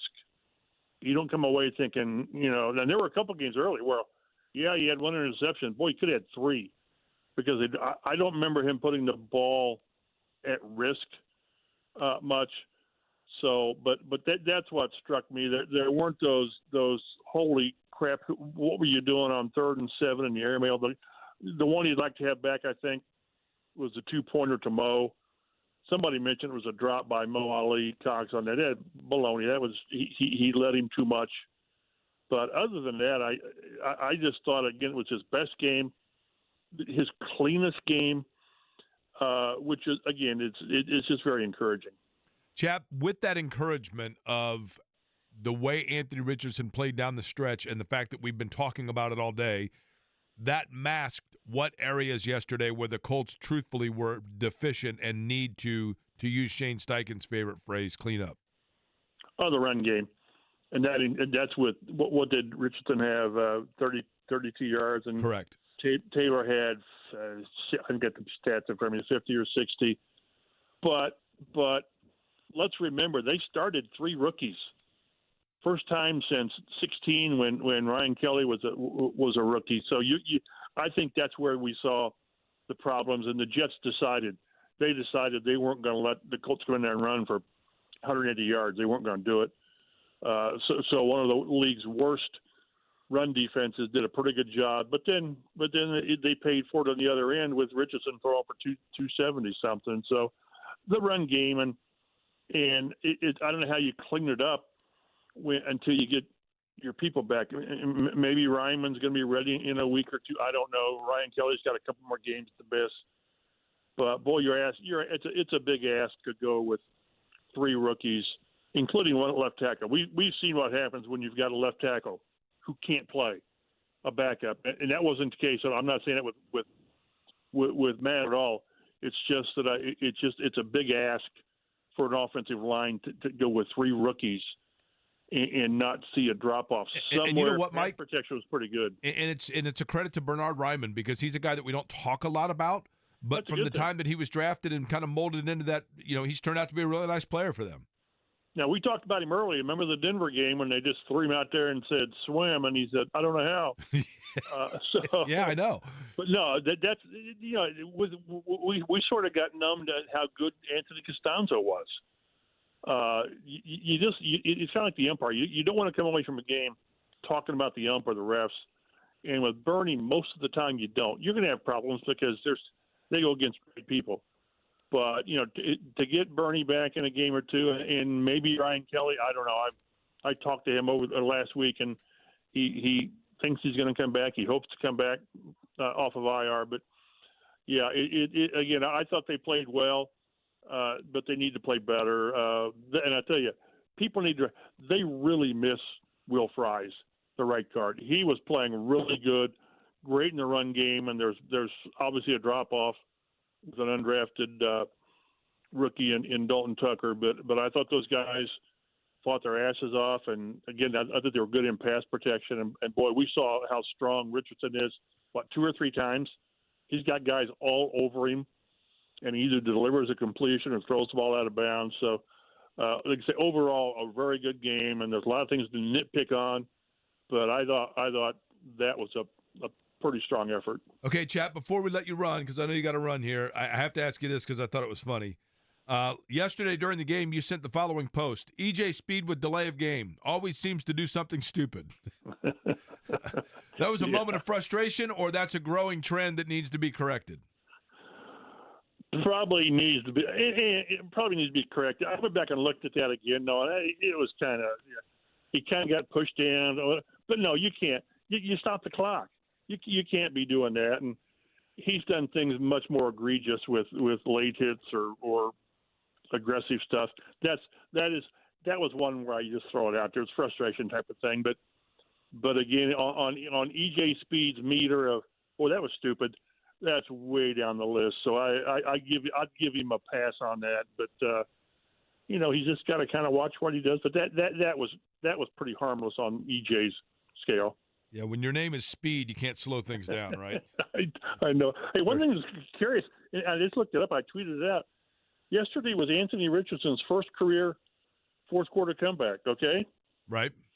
Peyton Manning's first career fourth quarter comeback was November 15th, 1998, against the Jets. Touchdown pass to Marcus Pollard. So there's some synergy here. So there you go. How about that? Well, and then one more. The only other time in the series that it was 28-27 was in 1991. 0-9 Colts beat the Jets. Is that Jack Trudeau? Rick Venturi. No, it was Jeff George. Okay. 259 or 239-3. But it was Rick Venturi's first win as an interim coach, and they ended up finishing 1-15. So there you go. I thought that was the game where was it Philly or New York where Trudeau came in for George and finished a game and rallied them to a win. But that would have been like 93 or maybe later. Yeah, no, this was when everything, the house was burning down and they couldn't score. Oh, that was the Dickerson holdout year, right? Oh yeah, that was Happy Camper. I still got that Sports Illustrated cover, which is classic. Yeah, he was anything but that, but a great player though. All right, Chap, I know you got to run. Appreciate the time. We'll talk to you soon, all right? Thanks, Dad. Talk to you next week. All right, Mike Chappell on the Express Pro Tire and Auto Guest Line. Yeah, the back in the old days of the AFC East, there were some real doozy matchups between the Colts and the Jets, let me tell you. That was back when, you'd take on the Jets and then turn around and come home and Dan Marino's in there and half the stadium's Dolphins fans. Back in my day. Back when we walked uphill in the snow both ways to go to those games. That was something. Now, the best part about the Colts Dolphins in about 86 was when it was, and I think it was Johnny Cooks was the poster. It was Kroger Poster Day, and that led to like 9-foot paper airplanes landing on the field about halfway through the game. And then the Colts and Jets, I've told this story a gabillion times, but the first time I'd ever seen this in the Colts and Jets series was Aaron Glenn. I had never before seen this, and you see it now more. Of course, Alabama and Auburn made it famous. But the Colts were playing the Jets in, I'm going to guess it would have been 97 maybe. And the Colts, again, were, I think, 0-9, or they may have been winless. They were winless or 1 or 2 wins at the most. And the Colts attempted like a 64-yard field goal to end the half. And I think Parcells was the coach of the Jets, and he put Aaron Glenn in the end zone, and everybody's like, what is he doing? And it was literally 2 seconds left in the half. The field goal attempt was way short, and Aaron Glenn caught it and ran it back for a touchdown. And literally, like, the teams were starting to go out onto the field to go to halftime, and Aaron Glenn is still running for the touchdown, and everybody in the building's like, is that legal? And that was the first time I had ever seen where a coach had the presence of mind of dropping a guy back like that. Yeah. I mean, obviously it's been done since. Do you think he tells his Miami Lions players now, because he's the defensive coordinator at Detroit, about that play? Probably, right? Like, I'm telling you. Yeah, and he is not only the D coordinator, but he's a fired up one, right? And I think probably going to be a head coach, Aaron Glenn. But the one thing in that game also that stands out, still my favorite memory in Colts history that does not involve the team itself, that was the game where, I mean, I guess I don't know if I should say his name because he went on to be a prominent doctor within athletics, even though unfortunately he's no longer with us. But the buddy that I went to the game with was like the greatest paper airplane engineer of all time in terms of his aerodynamics and his engineering. It was incredible, the paper airplanes he could make. And he was making paper airplanes out of the program and launching them under the end zone, like with regularity in the game. The crowd was loving it. It was the only fun thing about the game. And literally with like 4 minutes to go in the game, this 81-year-old woman behind us said, "That looks like fun. Can I throw one?"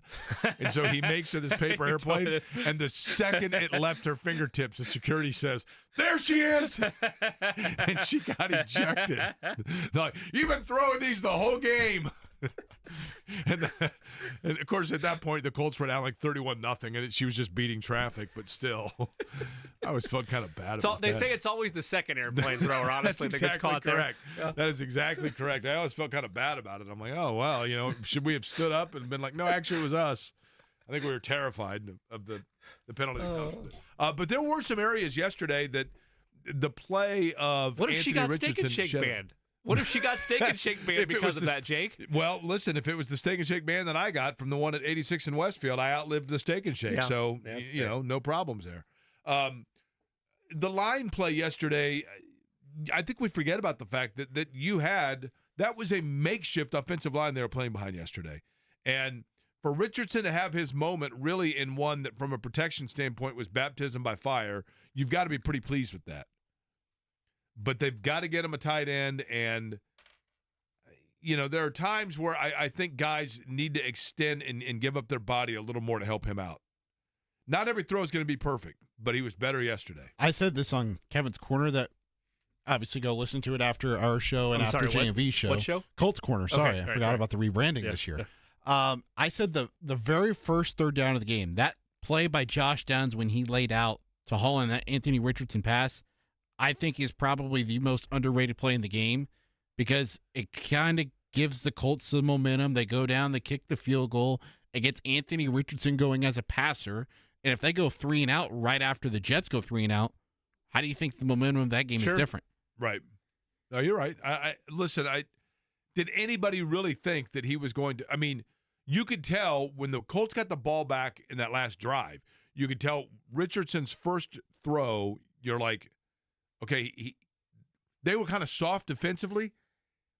And once he got a couple of throws that were right on point, the confidence was there where then you thought to yourself, they're going to go right down the field here, right? His second play is that 39-yard hookup with Alec Pierce, to your point, Jake. And once that happens on that final drive, it's like, okay, they're already there. They're basically cooking in field goal range or knocking on the door of that right now, and they did it in 2 plays. Let's see how they go finish this drive. And, I mean, Eddie's right. There's a lot of games within the game over the course of any matchup in the NFL, but to have moments like that where confidence is built, be it on that first drive, like Eddie highlighted, or whether it is in the under 2-minute drill that you need for them to go score and win the game, the hookup by Alec Pierce is a common play that we've seen time and time again, but he's also able to find Michael Pittman Jr., and he goes and lowers the shoulder and shows that, hey, Josh Allen, whoever it is, I'm going to go make a play with my legs, and I'm going to be upright, and no one's going to have to gasp after I take off and run. If that's the mix that you have moving forward for him, this is going to be, even if they miss the playoffs, and I'm not throwing that caveat for him, I'm throwing it for Colts fans. Even if they miss the playoffs, if you're getting games like that from him to end the season, that's all the confidence you need to go into 2025 feeling like at least there's stability there, perhaps, right, or things are trending in the right direction. Over the weekend, the Colts were the epicenter of the sports storyline locally because it was the most recent. You had the Pacers on Friday night getting booed and then coming back yesterday playing well and beating Miami. They are in Toronto tonight. The no Ben Shepherd, by the way. He is officially out with an oblique injury for tonight. So no Aaron Neesmith, no Ben Shepherd. and no Andrew Nimhard. Quentin Jackson's theoretically going to get a lot of minutes tonight. Indiana winning over the weekend in basketball, as we mentioned, with Don Fischer over South Carolina. But there were two things that happened over the weekend in the world of sports where we all got played. And it was thrown right in our face that we all are suckers. And I don't mean the dum-dums kind, but maybe we're all exactly that. I'll tell you what they are next.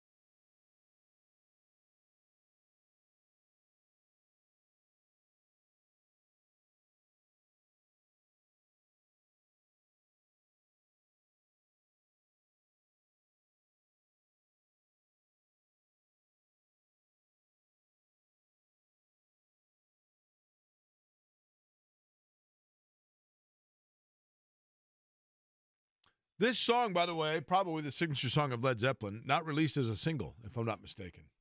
You sure it's not Casimir? Ooh.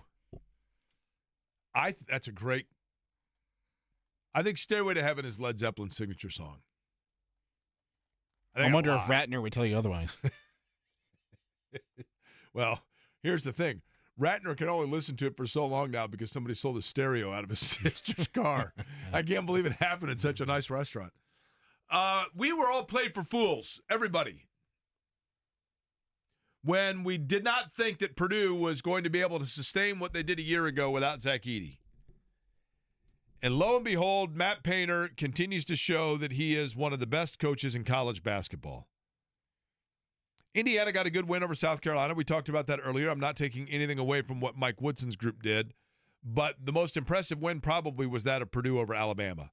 Because, Jimmy, going into the year, people thought, well, you know, they lose the two-time player of the year in college basketball. I know they were the national runner-up, but they'll fall somewhere in the 18 to 25 area in the rankings. And maybe that's where ultimately they end up for the majority of the year. But still, they go in against the number 2 team in the country and one that has been able to play at a very fast pace and furious pace in Alabama. And Purdue, as Purdue does, gets great play out of somebody that maybe other schools or programs didn't look at because he wasn't part of their mold of what they want.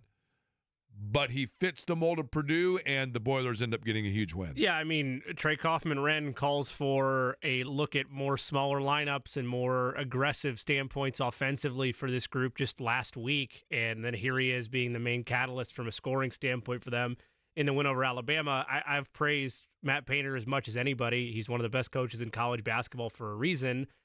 I still don't know what Purdue's going to be this year after that win over Bama. Like, it definitely moves it into the ledger of, man, maybe Purdue's going to be a big surprise to people this year, despite what they lost a year ago in the absence of Zach Edey. I still lean towards more of the group that you outlined initially, Jake, which is 15 to 25, a consistent top 25 team this year, because that's just what Purdue basketball is underneath Painter. But all the same, early season wins count just as much as anything else. It's an early signature win for your resume, for what you're building towards making another deep run in March, and it looked really good. The question is, are they able to a lesser extent, not nearly as much as what we're asking for Anthony Richardson, but is this new look of Purdue basketball without Edey going to be able to stack consistent performances like that? If they do, where they're getting a solid 34 combined from Fletcher Loyer and Braden Smith, and Trey Kaufman-Renn is as dominant as anybody scoring in the country, yeah, they're going to be a really tough team to beat. If they don't get that, they're going to be what people thought out of the gate this year, which is a middle-of-the-pack in the country type of team. They got good, to use a Billy Packer term, they got quality minutes out of C.J. Cox, who's a freshman that was largely overlooked from a recruiting standpoint, hits all 3 threes that he shoots, and gives them 18 good minutes. So anytime that you can develop young players off the bench, that's going to be good for Purdue. 9-point win over Alabama. Other area where we all got played. We all did. And I'm curious what this means heading into the holiday season. Thanksgiving, I think, actually. Your Kansas City Chiefs, for example, Jimmy, do they have a Thanksgiving date? Is that right? They do. Who are they playing on Thanksgiving Play Day? the Pittsburgh Steelers. Where's that game? It's in Pittsburgh. And where do you want to watch it? You got to watch it on Netflix. So that means that you're going to have to basically, kind of like when you watched 1984 Nudity on HBO, scrambled, coming in and out. You're not sure exactly, like the picture's there, then it's gone, then it's there, then it's gone. And you're like, oh my gosh, holy cow, I see a nipple. No, wait a minute. Somebody's just eating Dots candy. Like that's what it was like watching on Saturday night. Everybody, and maybe it's because of how many people were watching it, but Netflix to me owes everybody an apology for this. Not just because they couldn't get it right with the live stream of the Jake Paul-Mike Tyson fight, but rather because they were indirectly forcing all of us to have to watch Antonio Brown's Twitter feed or X or whatever you want to call it, because he was at the fight and just set his phone up looking at the video board at Jerry's World and locked in on it. And to be honest with you, it was pretty much like watching the fight. and it had like 8.5 million people watching it because you couldn't watch on Netflix. Literally, if you tried to watch it live, for a couple of minutes you'd get it. This was on television. My understanding is on tablets it wasn't as bad. But on television itself, it would go for like 3 to 4 minutes and then freeze. There's nothing richer in the definition of irony than Jerry Jones sitting on Netflix after not washing his hands.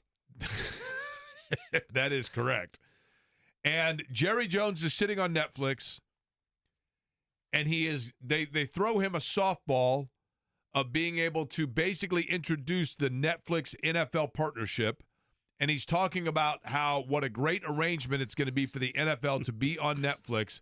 And as he starts saying it, they realize his microphone doesn't work. So then they give him another microphone, and he starts talking for like 10 seconds. The video freezes, and it boots out everybody. And then you had to go through the whole like 25% spinning glass, check your I had to rewind connection. to 4.5 minutes behind the live feed to be able to get it to work. And by the way, that was on a tablet. I didn't have much better success with the iPad. Yes, if you wanted to watch lagged behind the actual live moment, then you could. And then the fight itself began, and you realize it was the biggest sham of all time. And we knew going into it that was probably going to be the case.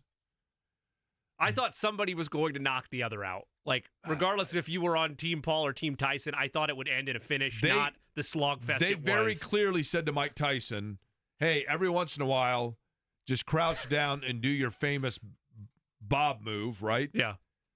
And they said to Jake Paul, like, okay, he's going to hit you with a couple of uppercuts, and then his legs are probably going to go away anyway, so don't hit him too hard. And they went for 8 rounds, 2 minutes each, and it was terrible. Good call on their part, though, to make those 2-minute rounds. They said on the face value that it was to keep everybody fresh. It actually got us out of there a little bit quicker, which was nice of them. No question. And it didn't allow for you to feel like your FOMO was that strong when it rebuffered 7 different times in between rounds, and you're like, well, I'm only missing the last 40 seconds of this round. And I'm not, I am a tech moron, right, as you guys know. So I can't sit here and necessarily throw stones at Netflix. I don't know if it was Netflix's fault or perhaps the cable carriers. I have no idea where it stands. Why but I would fault, they need to get it fixed. Right, because of what's at stake with these NFL games. Because, like, I'm not saying people didn't watch that Paul Tyson fight, but, like, a rabid NFL fan on Christmas morning has the potential to damage households. Right. Like, you gotta be careful here, Netflix. Why are you talking about yourself there, Jimmy? Hey, no, not me. I'm a good fan. You know, Amazon Prime is kind of in the same area here because I don't know about you guys, but when I watch Prime games on Thursday night, oftentimes the video looks like darkened or not. It never spinny completely wheels, clear. but it's fuzzy, like Correct. pixelated. You can very clearly tell that you're watching it on an internet stream as opposed to you know what I mean? I mean, it kind of looks like, and I understand this. If you go back and watch, say, Tecmo Bowl versus like today's Madden, you see how far along it's come. And at the time the Tecmo Bowl was out, it was like, look at the double dribble on Nintendo. The graphics, they were like, oh my gosh, the guy's going to do a behind the back dunk. It's unbelievable. And I mean, it's terrible in hindsight, but at the time it was incredible. My bigger issue with and Netflix, that's what streaming games feels like right now that we're going to look back on. My bigger issue with Netflix, Jake, and the handling of this is there's multiple public statements from them, quotes, tweets, whatever, of, no, we're prepared. We're ready to go. We are set for this to be an easy, smooth process. And you have people with error message saying to restart their router. I'm sorry, when it's 95% of your audience, it's not on the consumer. Correct. It is on the provider. Correct. And that can't happen. It did kind of have the feel of like, this is your fault, right? Yes. Now, and I don't know this, was it possible to do Netflix as like a pay-per-view for just that event? Because if that's the case, those people also get their money back. I don't think so. No, you have to sign up for an account to be able to have access to it. So you couldn't be a one-time subscriber, is what I'm getting at, right? I mean, you could, in theory, cancel the next day, but it'd be still, you'd have it until the end of the month. Now, at one time, so the one thing, Netflix, though, gets credit here for two things. Number one, they kind of unified the American culture on Saturday night because everybody in unison was sending out messages online saying, like, is anybody else freezing up? And you found out everybody was. A common foe will do that. And then they also, like 3 years ago, created unison in the United States because in reality, everybody was using the same login password, right? Yes. And then they figured that out when they're like, wait a minute, there's one guy in Omaha that has like 28 million friends and they're all using his login. Omaha! That's exactly right. And then Netflix decided it was time to Audible. Apple!